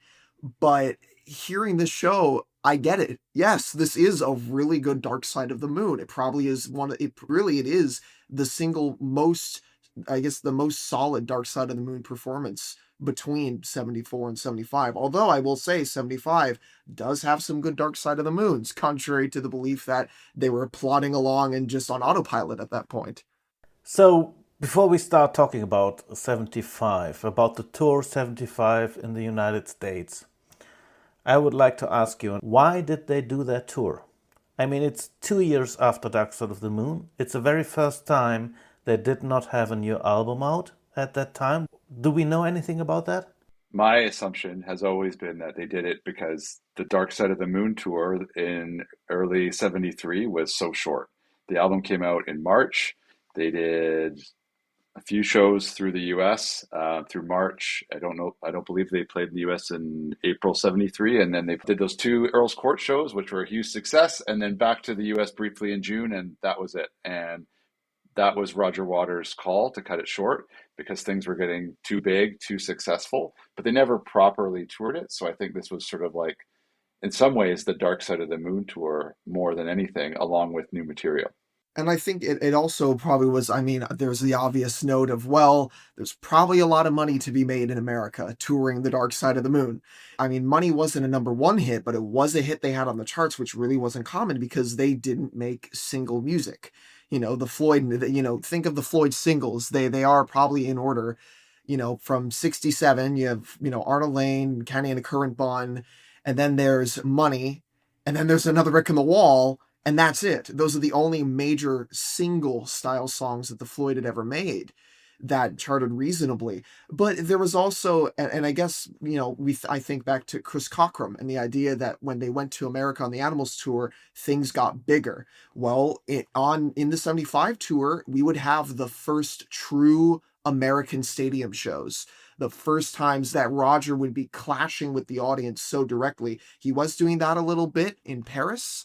And he was doing that a little bit, I think it's Colmar, where the taper stops recording at the end of, I think it's Shine On. Then it starts up right as Roger is having a go at somebody in the audience saying, there's no rush, there's no hurry. This is called Echoes. And then they start playing Echoes. So in 1975, we get more of those comments, more of that audience distaste. And I guess that comes at the cost of, well, where does the paper trail lead? America. And that begins right from the very first performance. The show that I spent my day listening to was the very first one, Vancouver, 1975. And right from the beginning, you hear Roger saying chidingly, this next tune's got a quiet start. And he just full on just says, shh. Like he tells everybody, this is the very first show. There's a really unusual tape intro to Raving and Drooling that I don't remember ever hearing before. Maybe it's on Seattle or something, but there's this sort of really weird intro, and only after that do they start playing Raving and Drooling. But yeah, I think one thing about 75, we know that Roger's marriage fell apart after the second show. I think it might have even been before it. I don't know which, but Nick Sedgwick tells us that it was at a Seattle hotel, Seattle being stop number 2, that Roger got the call. No, he made the call, which showed him that, yep, his wife was done with him. So that was one big factor. I don't know how Roger kept going, but then again, if you read in the Pink, you know that for months and months and months, the signs of a breakup were in the offing. Sedgwick also points out that the band was treated really well in the US, that people were literally rolling out banners saying, welcome Pink Floyd. Everything from the hotel rooms, the catering, the groupies, quite frankly. There were larger flocks of them. They were more available. That's the word I'm looking for, which I think had some appeal to some members of the band. And he says that cocaine was getting used by their crew, especially by the band and its management, often, though not to extremes, is the exact quote. So I think that there's definitely some white powder going up noses, and I don't judge. That's how they did things a lot back in 75, but it still, of course, would have an effect on everybody. One of the things that really stands out, if we're talking about Vancouver or Seattle, those early shows in 75, is just how rehearsed they seem to be compared to 74. They seem much more, the arrangements seemed a lot tighter. You mentioned that unique take in front of Raving and Drooling, but it's also worth noting that Jimmy Young is now nowhere to be seen. He's gone. He's not on Raving and Drooling anymore. It's much tighter in an arrangement. Even more notably, You Gotta Be Crazy has been rearranged completely. The vocal cadence is now much, much slower, easier for Gilmour to manage, and it's much, much closer to what eventually becomes Dogs. I will speak as an Animals fan. I personally find the 75 You Gotta Be Crazies much easier to listen to than the 74 You Gotta Be Crazies, because it sounds very, very familiar. They've clearly spent also a lot of time working on Shine On. They've now split it. It's in 2 parts, and in between is the first performance of Have a Cigar. I believe, and I'm sure Phil or Kyle will correct me if I'm wrong here, but I believe that singular piece, Shine On, Have a Cigar, Shine On Part 2, is actually considered one piece just called Shine On this tour. And it wasn't until later that they broke it apart into 3 pieces with 3 distinct names. They never actually intro Have a Cigar, I don't believe, on any of the shows in 75. So I think they're thinking of it as one sort of suite related to the music industry and its effect on Syd Barrett. There is no sax solo still on Shine On when they start this tour. So it's still kind of forming, but it is much, much closer to what it ends up as on the Wish You Were Here album. I'm also a fan of the Animals album, and I think just to kind of wrap up some thoughts about 74 versus 75, one thing I do like a lot about 74 is, for me, I actually think in some ways I find it easier to listen to that version of the song, I've Got to Be Crazy, rather than 1975, because it's more different. The key is different. The vocals are coming fast and furious, obviously. Whereas sometimes for me, We Got to Be Crazy or Got to Be Crazy, I think they changed it to Got to Be Crazy. I can't keep track of it. It's some combination of You plus Got It plus Be plus Crazy. You all do your own version of it. But I think because it's closer to Dogs, that it actually sometimes feels to me like an inferior version of Dogs. Whereas the 74 song almost feels like a different song. I mean, not really, but at moments it does. By the way, speaking of the torrent of words, I think I forgot to write this down in my notes, but Gilmour at one point in one of these interviews, this is one that was done on November 15th, 1974, he says, I think the last one, Gotta Be Crazy, he's talking about the last new song, is very different to a lot of stuff we've done, but I don't think the words go right at the moment. I mean, the singing thing's been worked out a bit too quickly, the words to fit over a certain part, and I'm not sure that we did it quite the right way.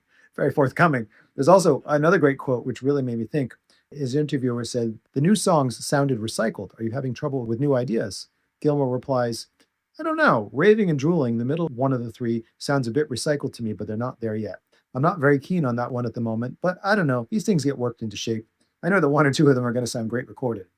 That actually got me to thinking, what is Raving and Drooling recycled from? And then it hit me, One of These Days, right? It's a direct descendant of One of These Days.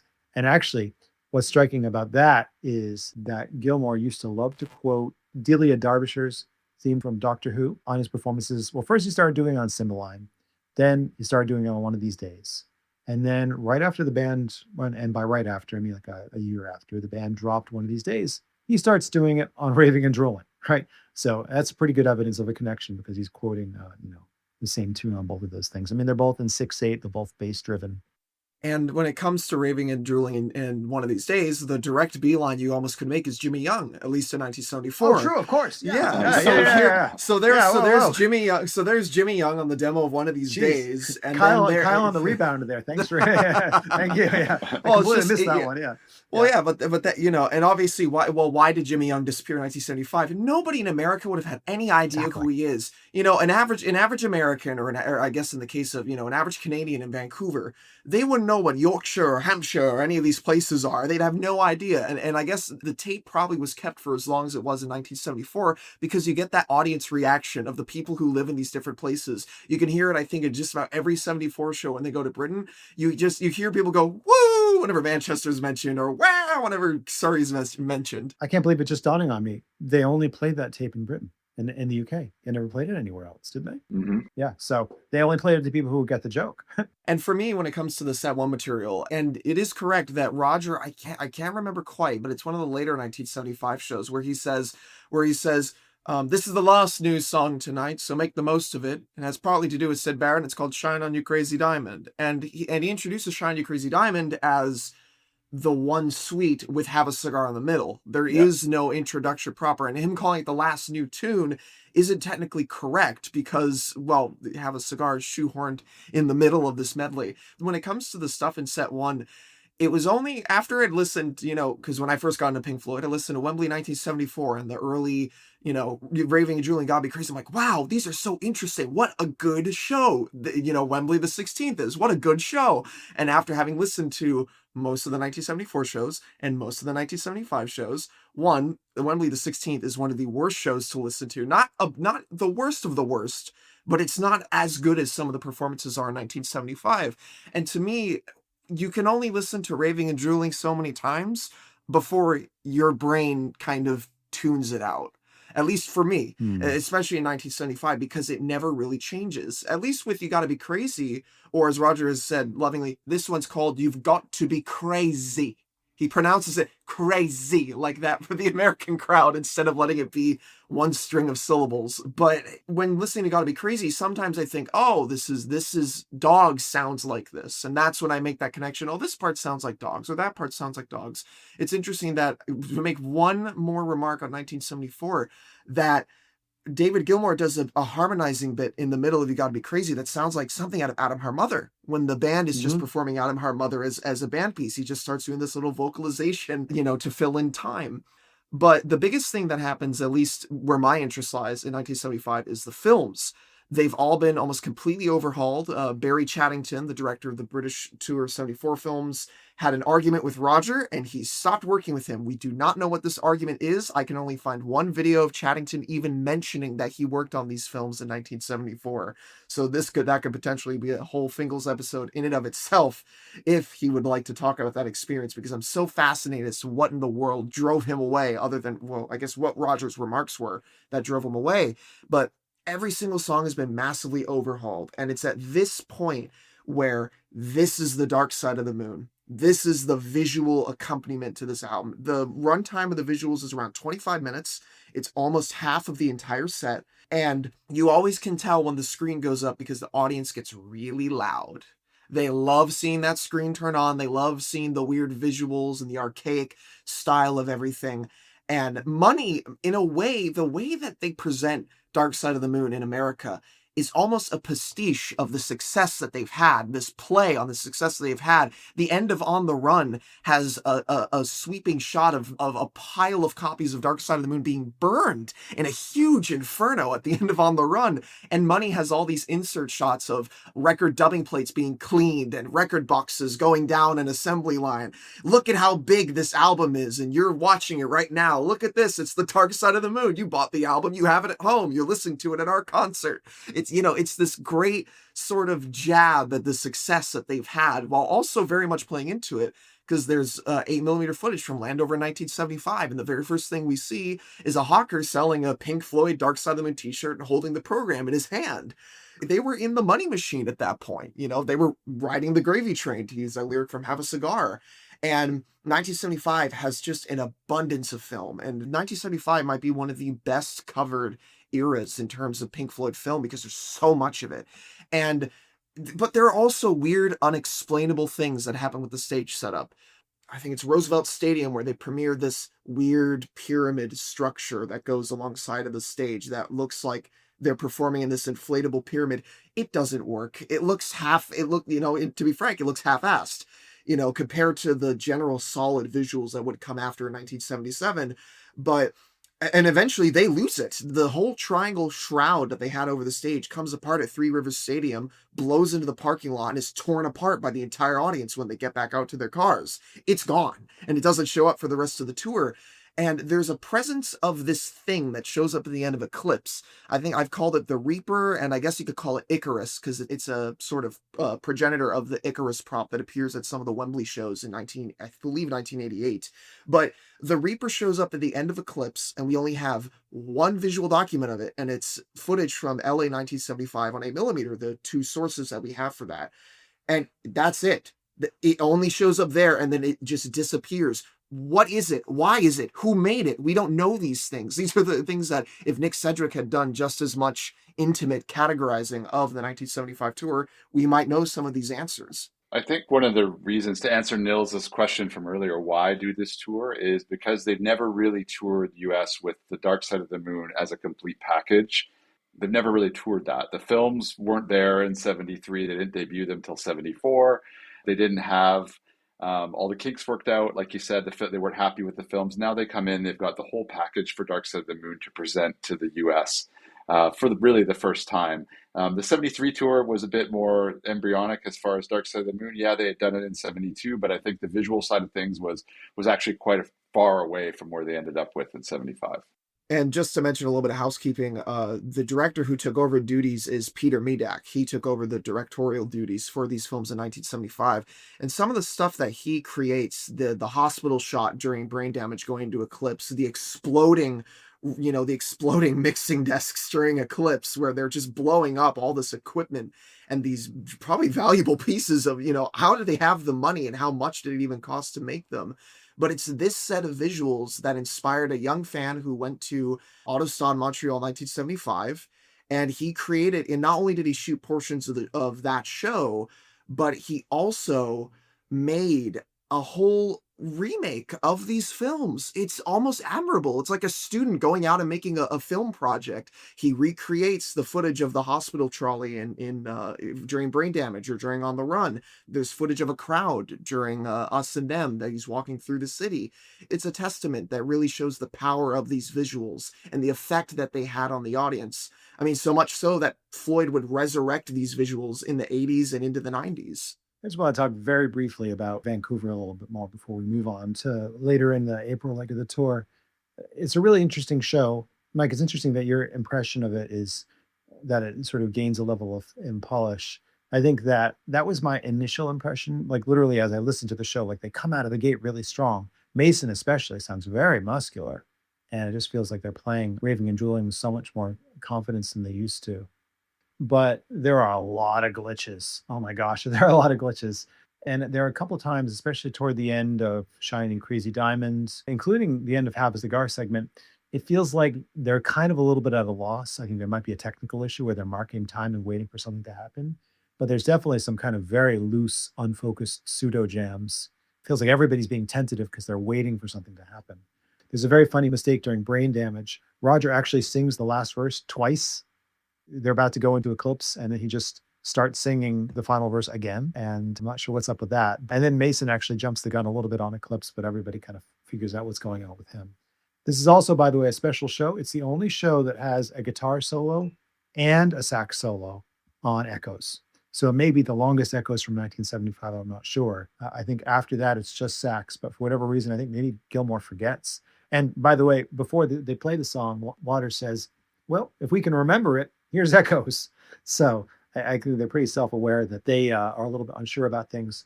They do shorten the song a bit, by the way. There's usually a little bit more of a build-up right before the quiet part at the end. They've actually moved that build-up to be part of the sax solo. So basically, they took a little segment that appears near the end and moved it earlier and then shortened the ending. So if it feels a little perfunctory, they've also literally shortened the song. So, but at the same time, the so-called interactions with the audience started. I mean, even in 74, there was one show where one in the audience cried, "Play faster," and they say, "We are playing as fast as we can." But it's getting more and more messy in 75. I mean, it's almost every single show where they're having, at least Roger having a discussion with the audience and the guys in the yellow shirts and everything. So everything is going down, at least audience-wise. I mean, he was on coke. He was pissed off. No, sorry, somebody was on coke. I wouldn't have possibly have any idea who. No, I mean, he approved of Sedgwick's book. He was probably using cocaine, unless I think Sedgwick would have said if Roger was not. And his marriage was breaking up, and he was dealing with endless amounts of, like you said, lighting crews, unions, fire marshals, the audience themselves. He was mad at everybody. And yet he finds new love well before the end of the year. So clearly he finds a way to sort of regain the equilibrium. But yeah, Roger was mad as a hornet for a lot of that year, I think. And talking about those guys in the yellow shirts, I believe, if I remember, that comment is derived from the late April shows in LA. And those shows are some of the most, at least the first few, I believe it's a miracle we have recordings from any of these shows at all, let alone the one by Mike Millard of I believe it's the 26th, that is a excellent stereo recording. It might be one of the highest quality Floyd audience recordings, period. The show itself is okay. It's a good show. I might like it, but it's a miracle we have any recordings at all, because at the Forum, there was a series of riots that occurred outside before these gigs where people were being beaten and frisked their pockets for drugs and for pretty much anything that could come into the venue that would cause a disturbance. And security was really tight. There's a story that I read or it was in an interview where Roger talks about the only way he was able to get backstage is if he crashed through the security barrier at the Forum. He crashes through the security barrier. He gets out of his car and he finds that there is a litany of police officers all pointing guns at him because they didn't know that he was part of the band. Obviously, there's also this idea that Roger is at his most angry when he's really calm. And that is sort of a consensus that is had. And there's a remark that he makes saying, don't worry about everything, stop hurting each other. Everything will turn out all right.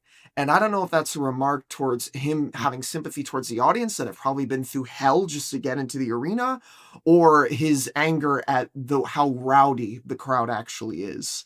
So just to do, by the way, a quick overview of the situation in recordings leading up to these LA shows. So if you were to look at the Pink Floyd tour history and compare it to a list of circulating recordings, you'd see a lot of gaps.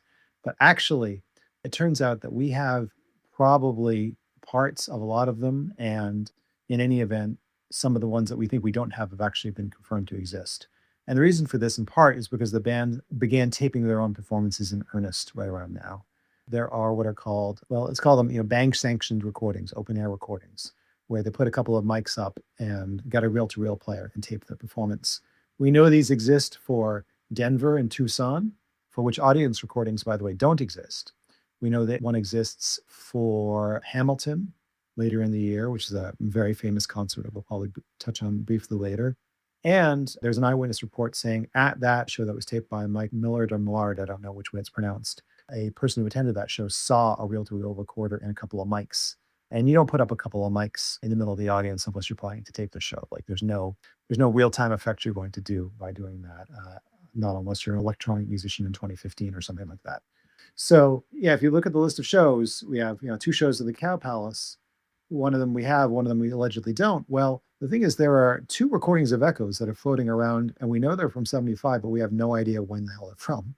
And it seems pretty likely that most of the gaps we have in our record can be plugged with these shows believed to exist. Really, the only ones that I think are likely to have fallen into a black hole are the first 2 shows in LA. There's some evidence that the 3rd show may exist, and we have the 5th show, the one after the one we were just talking about. But the first 2 shows, it may be that just that no one could get in because people were being busted. I mean, heads were being busted, and people were being busted if they had any pot The police chief there basically said he was declaring war on the kind of people he thought were going to these shows. I remember reading a report that meanwhile, horrible things were happening elsewhere in town and were barely getting a mention because he just decided to make an example of the Pink Floyd concert attendees. And I think got himself in pretty hot water over that. So just as a side note, I suppose that, 75 is the first year in Pink Floyd's history where I think we're pretty close to having the whole thing documented. Now, I don't mean that we do. I don't mean that you can hop on YouTube and dial up any of these concerts. But what I mean is that a lot of tapes exist from this year to begin with, and there are several known to exist that don't happen to be circulating. But I think, I don't remember if Mick the Hat, Mick the Hat did mention in his interview, I've heard that Hamilton 1975 tape, for instance. So there's a bunch of stuff we know exists. Maybe we'll get to hear it someday, maybe we won't. But the point is that it was in fact documented. That 5-show run, that's the last shows of this leg of the 75 tour. A couple things to note there. 67,000 tickets for the 5-show run sold out in a single day for all 5 shows. So the shows sold out very, very quickly. Up to 200 LAPD officers present at each show to do these busts. So initially there was lower estimates. I think like less than 50 were supposed to be there. And in actuality, it was 200 officers per show. So 511 arrests happen at these shows as well, mainly for drug busts, essentially. So, and in that famous show on the 26th that Mike Millard recorded, obviously right before Echoes, Waters rants against the people in the yellow shirts that are wandering around the front of the stage and hassling people. It's at the end of the first set, actually. Sorry, my mistake. And those are the police. That's the police, the security that's there, that's inside, and they're clearly right by the stage, and they're giving everyone a hard time in the show, and so much so that the band can see them and are distracted by them. So it's quite a way to end this first leg of this tour, and it's also quite a way to transition into sort of the bigness of the next leg of the tour, which is really a different beast completely from this first leg. And now we get to the other moment that I think has a little bit of magic attached to it, because I believe the very first performance of the June leg was in Atlanta, as I recall. And I don't know I got anything about a tape of that. But we're lucky to have a pretty nice recording, plus, as Kyle mentioned, 8mm footage of the next day in Landover. Now, Landover, Maryland doesn't sound, and I used to live in Maryland, so I know a little bit about the landscape there. It doesn't sound like the kind of place you'd expect one of the great Pink Floyd performances to happen. But in fact, it did, for whatever reason. And I think it's actually a different reason from Bristol. In Bristol 1974, you had a band done with a long tour, knowing they were playing their last really intimate hometown show. And that's why we got what we got. In this case, I think it's because there was this thing about Pink Floyd. If things went a little bit wrong in just the right way, it usually led to their best performances, because it got that godforsaken perfectionist part of their brain to shut up, right? I mean, and I say this with all due affection, but it's so frustrating. I mean, anybody who's read my book with Ian Preston about the BBC recordings, there was this incident where they had this beautiful soundboard recording from Japan on a show. And the MC there introduces them as the perfectionist Pink Floyd in Japanese. We have a translation. And Gilmore, I think, nixed them broadcasting them, and for some reason sent them an audience tape of the other show instead. It was really bizarre. Anyway, the point was it didn't pass their standards, the perfectionist standards, so they nixed it. And I think that their perfectionism has sometimes been one of their biggest detriments. It's led them to focus on the wrong things. But the corollary is that when something happens that makes it clear to them that they're not going to have a perfect show, sometimes they, on some level, decide that they're going to make up for it by playing their asses off. And that's what happens at Landover. It's the first of 2 shows, to be clear. So it's the 9th of June, 1975. And it's just, I don't think it necessarily stands out to me specifically for Dark Side of the Moon in quite the same way that Bristol does, but Dark Side of the Moon certainly played. And it's another one of those where Gilmore just keeps doing little things that are somehow different from the album, and yet because he's improvising and taking little chances and singing sort of melodically and less shoutishly, it ends up feeling more like the album. And it just feels like if all of 1975 were like Landover, would have been a great tour to catch, because it just feels like they're playing really well. It feels, like they actually believe in what they're doing. And why they chose to do it in Landover, Maryland, of all places, is unclear to me. No slight to those of us listeners listening from Landover. I don't need to criticize you or anything, but there are certain places where it just doesn't seem like anything in the environment would necessarily have led to magic yet. That's apparently what happened. And I remember when I started listening to Landover, because I knew about the 8mm document, I had seen it. It's a wonderful little document. It's a short one, but it's quite good. It captures so many individual aspects of the shows. I mean, there's a whole portion where you see these massive smoke cannons going off during echoes, and that's just magic. I love that stuff. And that spinning mirror flower, which is now in place, properly in place in 1975. I mean, at the end of Shine On, when Rick is playing those illusions to Sid and you see that thing spinning and the light refracting in the hall, it's magic. This is the stuff that people remember from these shows, and it's that sort of magic of the Floyd stagecraft. But what I wasn't expecting is how good that Dark Side of the Moon actually is. There are a few errors. At the beginning of time, Roger stops his ticking rhythm, and the band kind of follows starting the tune, but then they stop, and then Roger does the ticking and they fall back into place. But there's a moment between Speak to Me and Breathe where you hear the woman screaming and that rising tone, and it just stops. And it's dead silent for about 2 or 3 seconds. And then they go straight into Breathe. I love that. I don't know what it is. Usually they don't get the timing quite right of that transition into Breathe. And here, in any other case, I would say definitely a performance issue that they didn't get that timing right. But that was an anticipation pause. They were waiting for just the right moment to get into it, and it adds something to it. Nick Mason does this almost a shuffle rhythm during Great Gig, and it's unlike any other time I've ever heard him play it.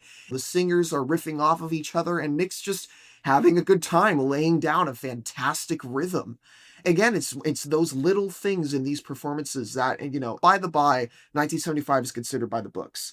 David Gilmour is always shouting, he's sort of shout singing. He's not really melodic. In Landover, he's melodic. He's trying. And usually, if the Pink Floyd like the show that they're playing in 1975, Any Color You Like is just unbelievable. And it's fantastic here in Landover. It's fantastic in Nassau. I believe it's the second date. There are ways that Any Color You Like is played in these shows where it runs almost 11 minutes. And that's so unusual. So unusual. Again, it's indicative of that Last Few Bricks jam that would come later in 1980. That jam in 1980 feels very much like some of these Any Color You Likes in 1975, and it really shows when they're into what they're playing.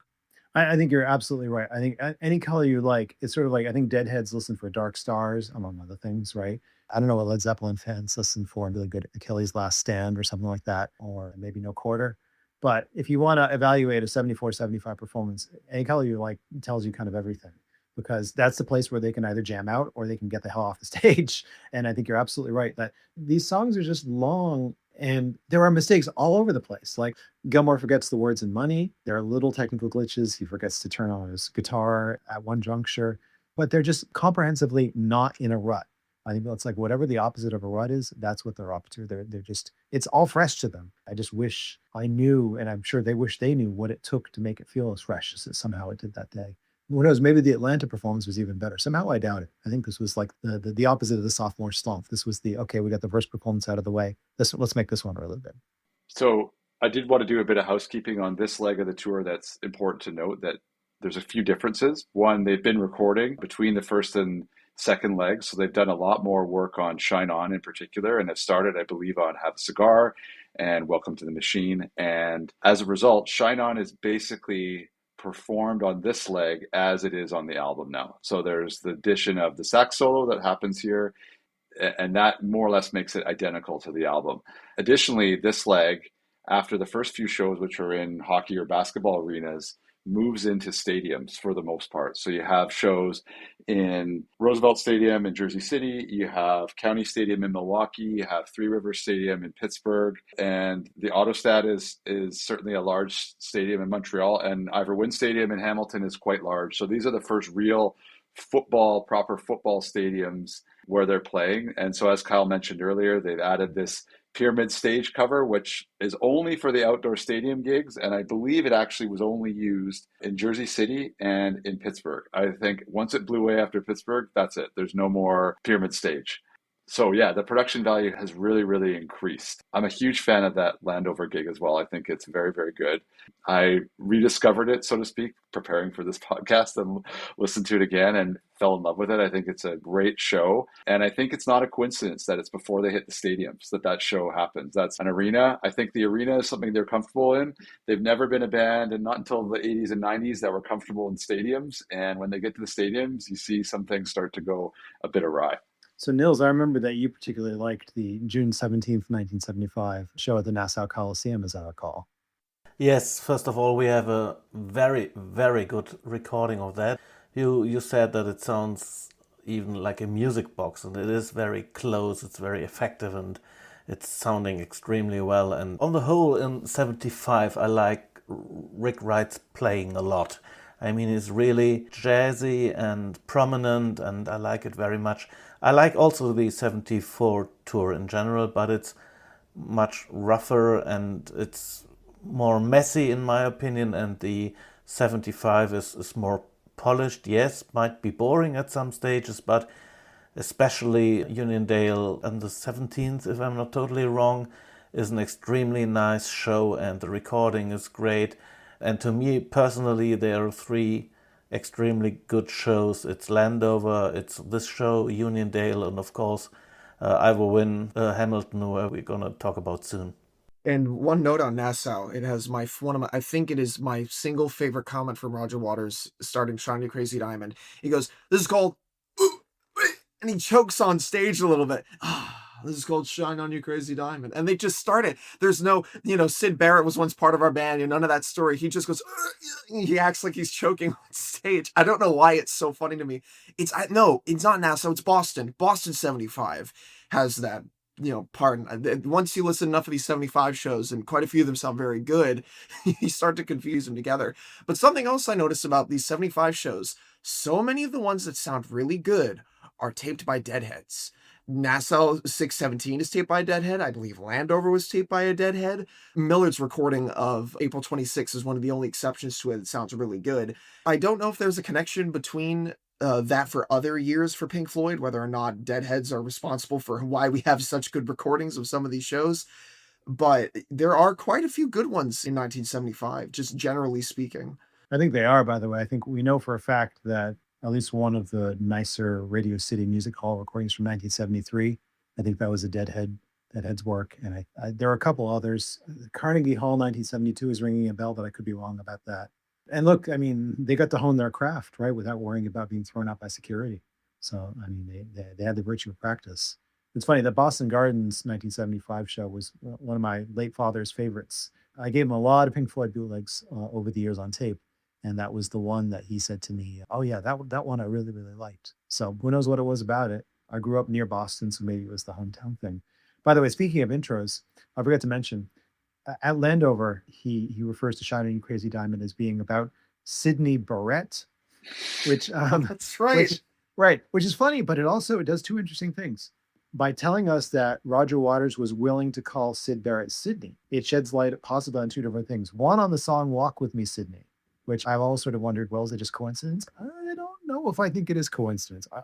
Now, how to parse that song about fallen arches and peritonitis and DTs through having something to do with Sid Barrett before Sid Barrett's mental health problems, to be clear, I don't know. But then the other thing is, it reaffirms that I really am hearing him singing "You Sydney" in those 1974 French performances, which really underscores just how on the nose that was. It's like by putting Sid's name into it. I think up until then, had kind of plausible deniability, but no, it's quite clear that that's what's going on. So yeah, that string of shows, I know people who were at the Nassau Coliseum show in 1975 because I lived on Long Island for a spell, and actually my former landlord attended one of them. But I think maybe some highlights, we got three very nice recordings, 16th, 17th, and 18th. Then on the 20th, we have a show that is fairly unremarkable, but the main thing about it is that it was rumored for a very long time, and I think the rumors have more or less been confirmed to have been officially videotaped in some capacity. Now, that's still controversial, but I think some very adept and knowledgeable researchers seem to have taken the stance that it's true. I have a specific memory of a post to the Echo's mailing list about someone who claimed to have been doing something like working on Nick Mason's house or something like that, and that Mason played him a little bit of it. At one point, those of you who know the excellent book Ian Russell put out many, many years ago called In the Flesh with Glenn Povey, at one point, I think that his scholarship suggested that the video had been withdrawn due to poor sound, whereas other sources were saying it was withdrawn due to poor lighting. If it was poor sound, after a long time of having only one very incomplete audience recording of that show, another one eventually surfaced. I think it was taped by Doc West, maybe, or it was in that part of that whole scene. A very well-known Doors show also recently surfaced, recently as in within the last 10 years. But yeah, then the performance at Montreal 1975 is known to have been taped, although the tape does not circulate. And then we get to Hamilton, which is kind of a triple whammy. It's got a band sanctioned recording, which doesn't circulate. It's got an excellent audience recording, a really terrific audience recording, actually. And it's got the footage, very extensive, remarkably, relative to the format, low on cuts, 8mm footage from the audience. I will admit that it's a show that I struggle with, maybe because people spend so much time shouting, "Sit down, sit down, sit down." It's not a very joyful show at all. I would take Landover easily over that. And it made me so happy when the Landover footage came out, because it was like, oh, of all the shows to come out with footage, the best one of the tour. But a lot of people really like the Hamilton show and are really impressed by its sound quality. So. And something else funny, you talk about people screaming, "Sit down, sit down." This carries over into, I think, Miami 1977. We have a really good recording of Miami 77, but it is plagued by people screaming in your left and right ear almost the entire duration of the thing. Whole time. It's miserable. And Three Rivers Stadium, one of my favorite bits of that show. I listened to it sort of in passing, but the one thing I remember is people were screaming, "Sit down, sit down," throughout the entire first set of Three Rivers, and some guy goes, "All right, stand up," right before intermission. And I don't know if that's a call to the people who've been yelling to sit down the whole time, or it's trying to get them on their feet to move, but it's great. But Hamilton is so strange, because obviously the people who are near the taper and the taper and like people adjacent to the taper, potentially friends, they are huge Pink Floyd fans, because somebody requests Shine On as Shine On You Crazy Diamond. How would he have known what that song was unless he either went to another gig where it was called Shine On You Crazy Diamond, or knew somebody that went? And especially with the speed of which information got around then, there's also the call-outs before the encore of, "Play the first 6 albums on your own." And there's one guy that says, "Fingal's Cave." And it's just, how do the knowledge that is in that crowd in that moment, how do they know that? How do they know these things? Specifically something like Fingal's Cave, which I can't even think of the last of when anyone would have gotten a recording of what was called Fingal's Cave as a studio piece. The British would call them anoraks, we call them nerdos, right? Including ourselves. Right. Talking about those guys, I think they're clearly very early members of Yishkol that are on at that show, because I believe Fingal's Cave and Onion were on the Omayad bootleg LP, which I think came out prior to 1975.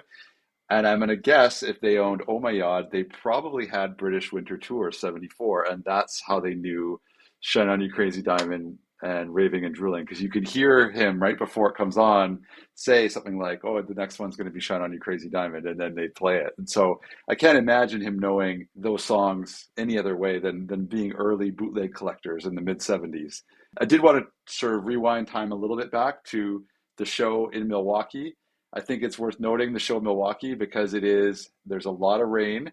There's a famous bootleg called Heavy Rain, which I think has been out for many, many years. But for a long, long time, it was thought that because of the rain, they only played Dark Side and Echoes. But then a few years ago, we got another tape where you get the first set and you get this rain delay after the Shine On Suite. They don't do, I think they start Have a Cigar. They don't do Shine On the second part, and then they cut it short, and then there's a long break, and they come back in and they start Dark Side of the Moon. So the rain heavily interrupted the show. It's quite interesting. It's definitely a fun listen for people who are familiar with the tour. Also, heavy police presence at that show. Again, 124 arrests in Milwaukee. So this is like a problem that is continuing through this stadium leg of the tour. I wouldn't doubt if it happened in Hamilton as well, although I don't find any press reporting saying that. And one more thing I was going to mention about Milwaukee, that there's quite a few tales of people who went to that show that swear that this happened. that during Dark Side of the Moon, when they were performing, it was so cloudy and it was still raining. And when eclipse started, the clouds parted to show the full moon. And there are multiple people who went to the show that swear that it happened. It's the whole thing. And the moon came out as if Jerry willed it, right? It's that whole sort of mass moment where you all look up and you have this realization of something at the same time. It's another one of my favorite things about Hamilton, I guess, to go forward, is right at the end of the show, the taper and his buddies are having a little bit of a back and forth, and it's any comments, Jim? Good night, LA! Hey, you can't be taping that concert, that's illegal. And they're having these little jabs at each other. It's an oddly wonderful little moment for a concert where Roger starts off, "You Gotta Be Crazy" with, "All right, we're just going to start, you guys talk amongst yourselves." And they just start without even giving the name of the song. Yeah, that is another aspect to it, isn't it? That the vibe that line of Rogers gives off is not altogether favorable, shall we say. But which, by the way, another thing about Milwaukee, before I'm forgetting it, just a fun little detail. The band is obviously sympathetic to the crowd in some degree.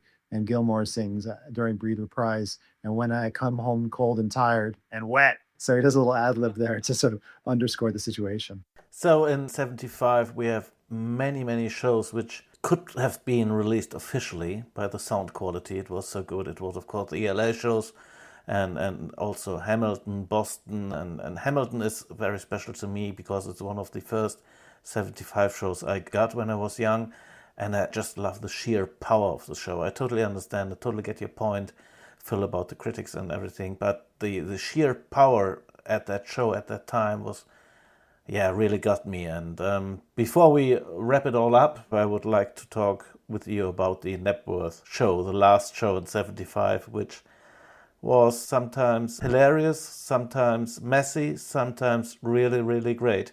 What is there to say about Knebworth that hasn't already been said? I mean, well, in terms of, for the people who were there that weren't completely doped up and passed out, the sound was either good or it was really bad. By all accounts, it was bad.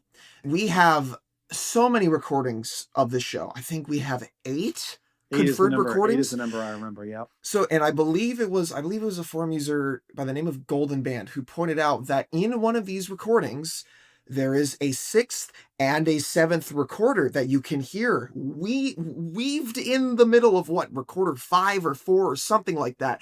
But the common thread through all these recordings, no matter how good they sound, the PA is so distorted. And apparently it was something to do with the fact that the Floyd didn't want to go through the effort to rehire the same people at rigging the tour in 1975. So they just got a crew on the fly to set everything up the afternoon of, to get everything prepared.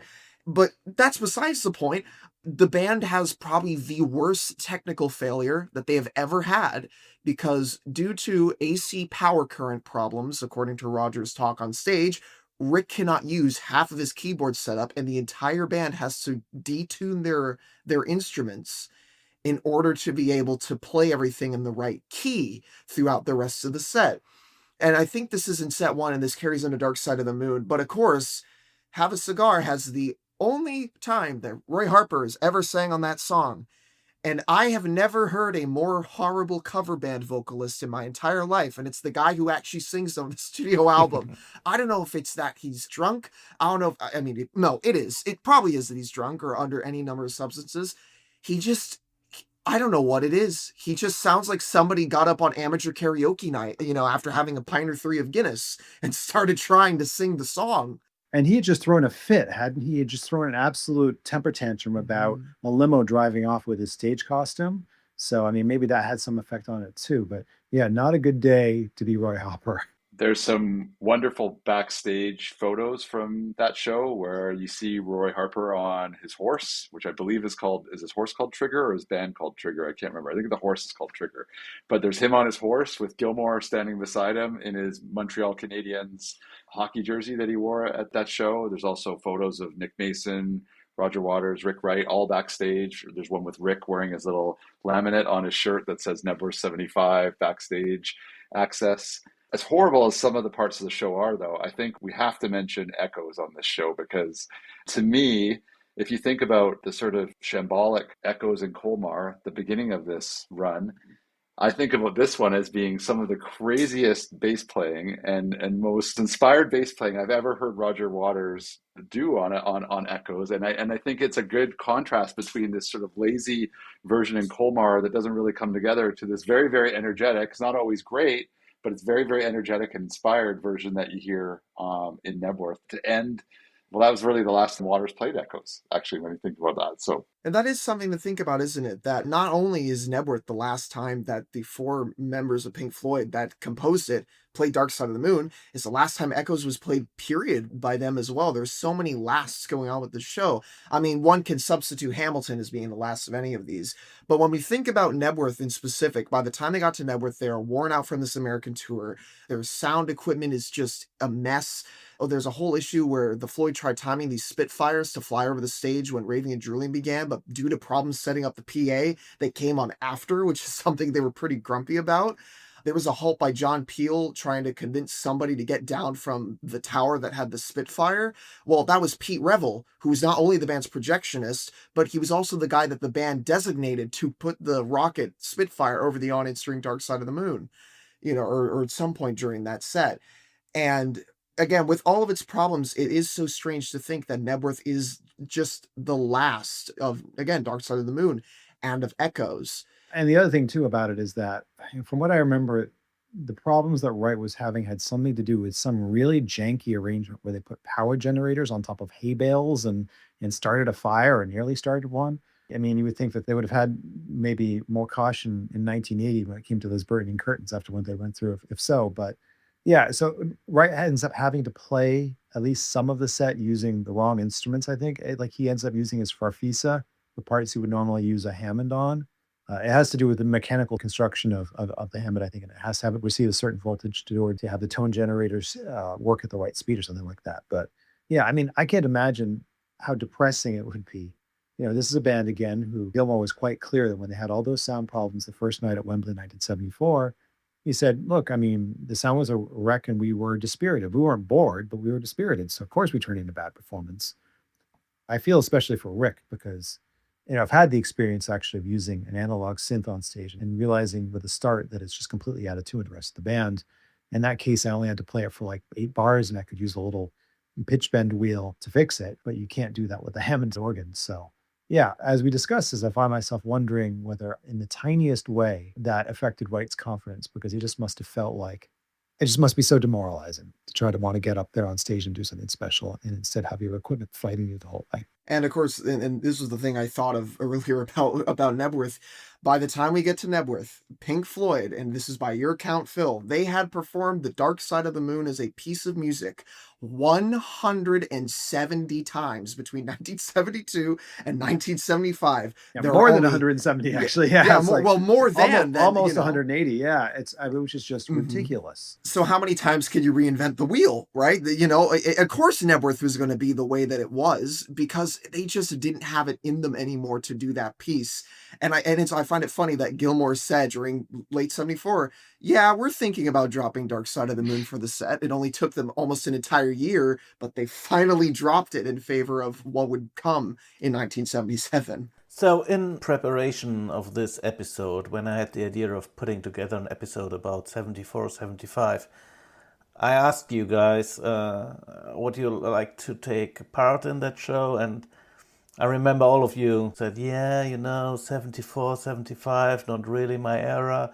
I don't know really much about that. I'm not too keen about that. And I think none of the episodes prior to this one, we had more vivid discussions about everything and anything about 74, 75, which was most interesting. There were times where we had like 70, 80 little different chats running and more secrets getting revealed. It was a wonderful time preparing this episode, and before we really wrap it all up, I would love to hear your last final thoughts about it. So, Phil, what are your final thoughts about the 74 to 75 era? Well, I come at it partly from the angle of a professor and a researcher, and I think that it is a big game changer for you to realize just how much insight we gain into 74 from Nick Sedgwick's book. What that does, one of the things is when I work with students, I have to teach them that value judgments are not usually helpful. when you're trying to, engage in research, because no one really cares whether you like something or not. They care what you can tell them about it. But as a listener, of course, we have those responses. We say, wow, Bristol 1974 feels really special. And Wembley 1974 BBC feels not great at all. Which, by the way, I wouldn't mention earlier, the immersion set, don't bother listening to it if you want authenticity. They've done things like fly in the vocals from the studio version of Us and Them. It's got nothing to do with it, with what you hear on the night, which is fine. It's a fair forgery, to borrow a phrase. So reading Sedgwick and being able to triangulate between what he thinks, what the band thinks. I have to say, it takes a close reading of Sedgwick to know what the hell is going on, because you have to sometimes read very carefully to understand what night he's talking about and when he's talking about.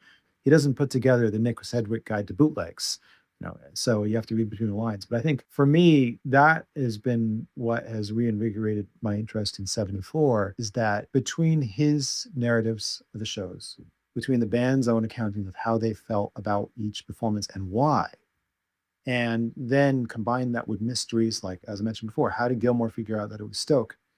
Getting into the nitty gritty of what actually is happening during these performances makes me realize, like, wow, there's so much stuff getting changed with these arrangements. There's so much going on.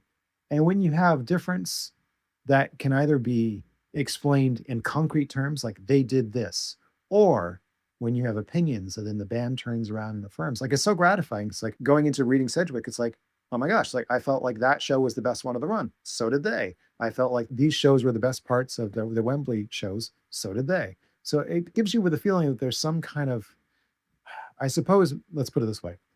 The band were often annoyed at the implication that the audience didn't know better.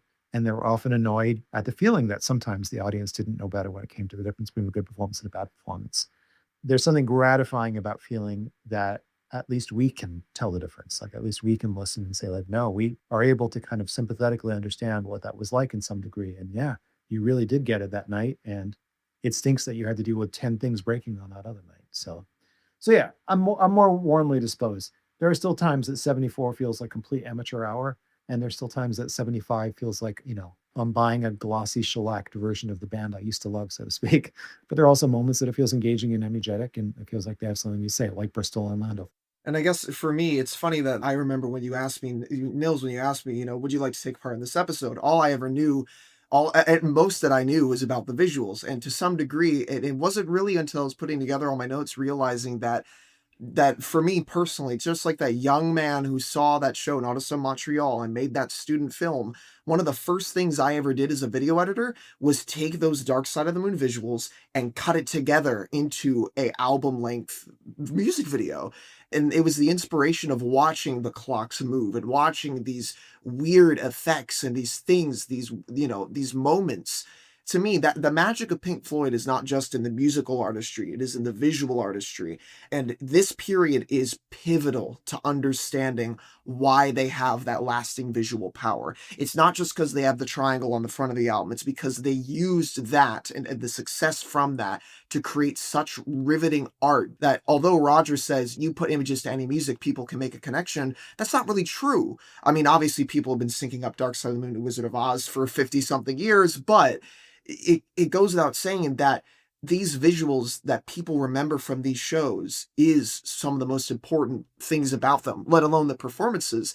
And I went into this thinking, I'm only going to half enjoy these shows. And again, it's because of Nick Sedgwick's book and the press reports by Vernon Fitch and all of this documentation that exists from this concentric period of time, that you could definitely write a whole detailed overlook, and perhaps in another book, on just 1974 by pulling the recordings together. And that it is such a cohesive part of the Pink Floyd story that even if it's not everybody's favorite, it is so vital to the history of this band, especially at such a turning moment that Waters is starting to get aggravated with the crowd. And he even mentions to Bob Ezrin on the way to the Hamilton gig this idea of putting a shroud between the band and the audience. And that single mention in 1975 gave birth to the thing that destroyed them just a few years later. It's such a pivotal moment in their period. And that's why I think, if you've come off of this multi-hour long epic about us talking about these shows and you haven't listened to them, go do so. It is a very interesting forte into into this period of the Floyd. I think for me, it's the fact that this is a really an era that bridges the old Floyd and the later Floyd of the 70s into the 80s. The old Floyd this is the last era where they really road test this new material and try to work it up over the course of a tour and get better and better and better and better. And I think from that standpoint, we'll never see that again. And that was really what the old Floyd and the 60s and 70s were all about. As far as the new Floyd, there's a lot of elements that tie into the future, both visual, stagecraft, all that stuff. But really, it is also the last time they will go on the road with as little polish as they do here. It's the last time where they go on the road with as little polish. And I also think it is giving us foresight into where they're going. I think there's elements of this tour and this year of shows that definitely feed into Animals and how Animals was presented so aggressively. And then, as Kyle mentioned, I think that this tour in particular, 75 US tour, was really the birthplace of the Wall. The common narrative is that the Wall was really born out of the 77 North American tour, and in particular, those string of shows in July in New York, culminating with Waters spitting on the fan in Montreal on July 6th. But I actually think this 75 tour was the genesis of the Wall. All the stadium shows, the heightened security, seeing the fans being mistreated the way they were. Waters was clearly becoming more and more irritated by the crowd, more and more disconnected from the audience. In turn, many fans were just there for the experience. He has that quote in the Wish You Were Here songbook where he says, "I cast myself back into how fucking dreadful I felt on that last American tour with all those thousands and thousands of drunken kids smashing each other to pieces." That's the Wall. That's the whole thing from the beginning of the Wall, where the image of bombing the crowd, that's where this all ties back to.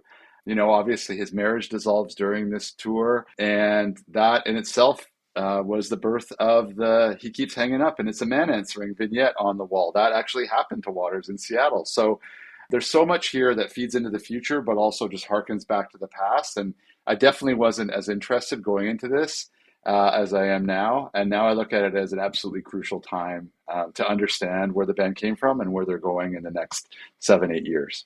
Yeah, it's the same for me. I mean, we are really blessed as Pink Floyd fans. We have echoes from Berlin, very early version. We have echoes from different stages, Brescia in 71. We have so many different versions, 72. And we even have that 74, 75 versions, which may not be as interesting to anybody as the earlier ones, but we have them. We do have these different versions, and we have the possibility to just follow the development and everything. And I remember when I first bought Black Holes in the Sky as a bootleg, and I was totally flabbergasted by this different version with the saxophone and everything. It's not only about do I like it more or do I like it less, but I can listen to it and I have all these different options, and that's what's really fascinating about Pink Floyd and all the live shows we have there. And I'm really happy and blessed and feel humble also to all these tapers who made this possible, and all the researchers like you just digging into the books and articles and checking all that. So it was really a journey working with you for the last few weeks. I think no episode has been prepared longer and with more intense, and it was really a nice time, and I'm really happy that you actually, all of you, said yes, even though you were not too keen doing it in the beginning. And special thanks to you, Phil. You've been sick last week, and spending more than 3 hours now here talking with us was a real pleasure. So thank you very much again, guys, and thank you all for listening to this episode. And please do not forget to subscribe to the Fingal's Cave podcast not to miss any upcoming episodes. So thank you, guys, once again. Glad to do it. Thank you. Ciao. Any comments? No way! Unbelievable. Any comments? Ooh, good night, LA! Any comments, Jim? Any? I'm in the business. Hey, now you stop typing that closet. It's illegal.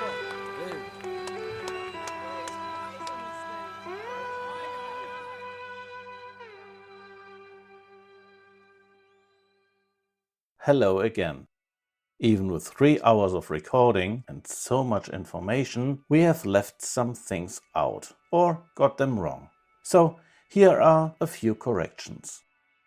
Kyle would like to add that in Colmar, Roger does not say "There's no hurry, this is called Echoes" at the end of Shine On, but at the end of Raving and Drooling. He also would like to mention that the edit used for Brain Damage and Eclipsed in 1975 is not in the Immersion box set. He can confirm it's used on the Pros and Cons tour in 1984 and its appearances in airings on both MTV in the late 1980s and VH1 in the 2000s. This edit can be found on the Dusty Tapes and Harvested Video Anthology Volume 5. Kyle cannot confirm that the edit featured in the Immersion set was used in a live setting. Make of that what you will.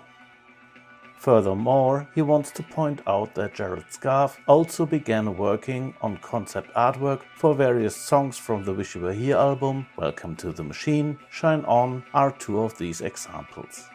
However, much of this material made for the album only surfaced during the Wall live shows.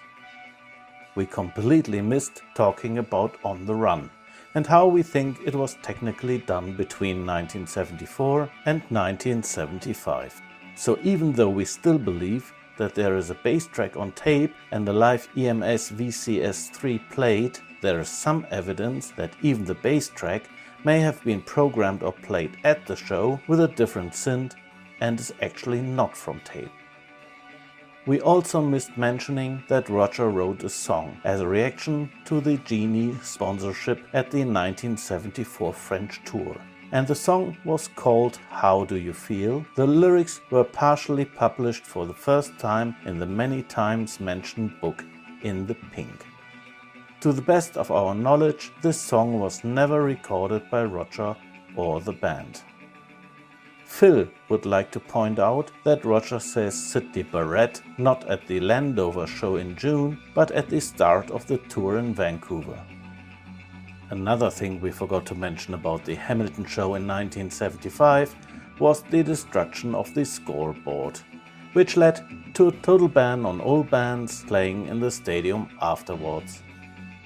There are several theories as to what led to the destruction, but it seems that Pink Floyd used all the leftover pyrotechnics, which created a massive explosion behind the stage. So these are the most obvious mistakes we want to correct. But there will be more mistakes or misinterpretations, of course, so please do not hesitate to send us your thoughts on the comments. One last thing. Someone in a forum once said, if you listen to any color you like from 74 or 75, you will never be the same again. I think he's right. Shine on.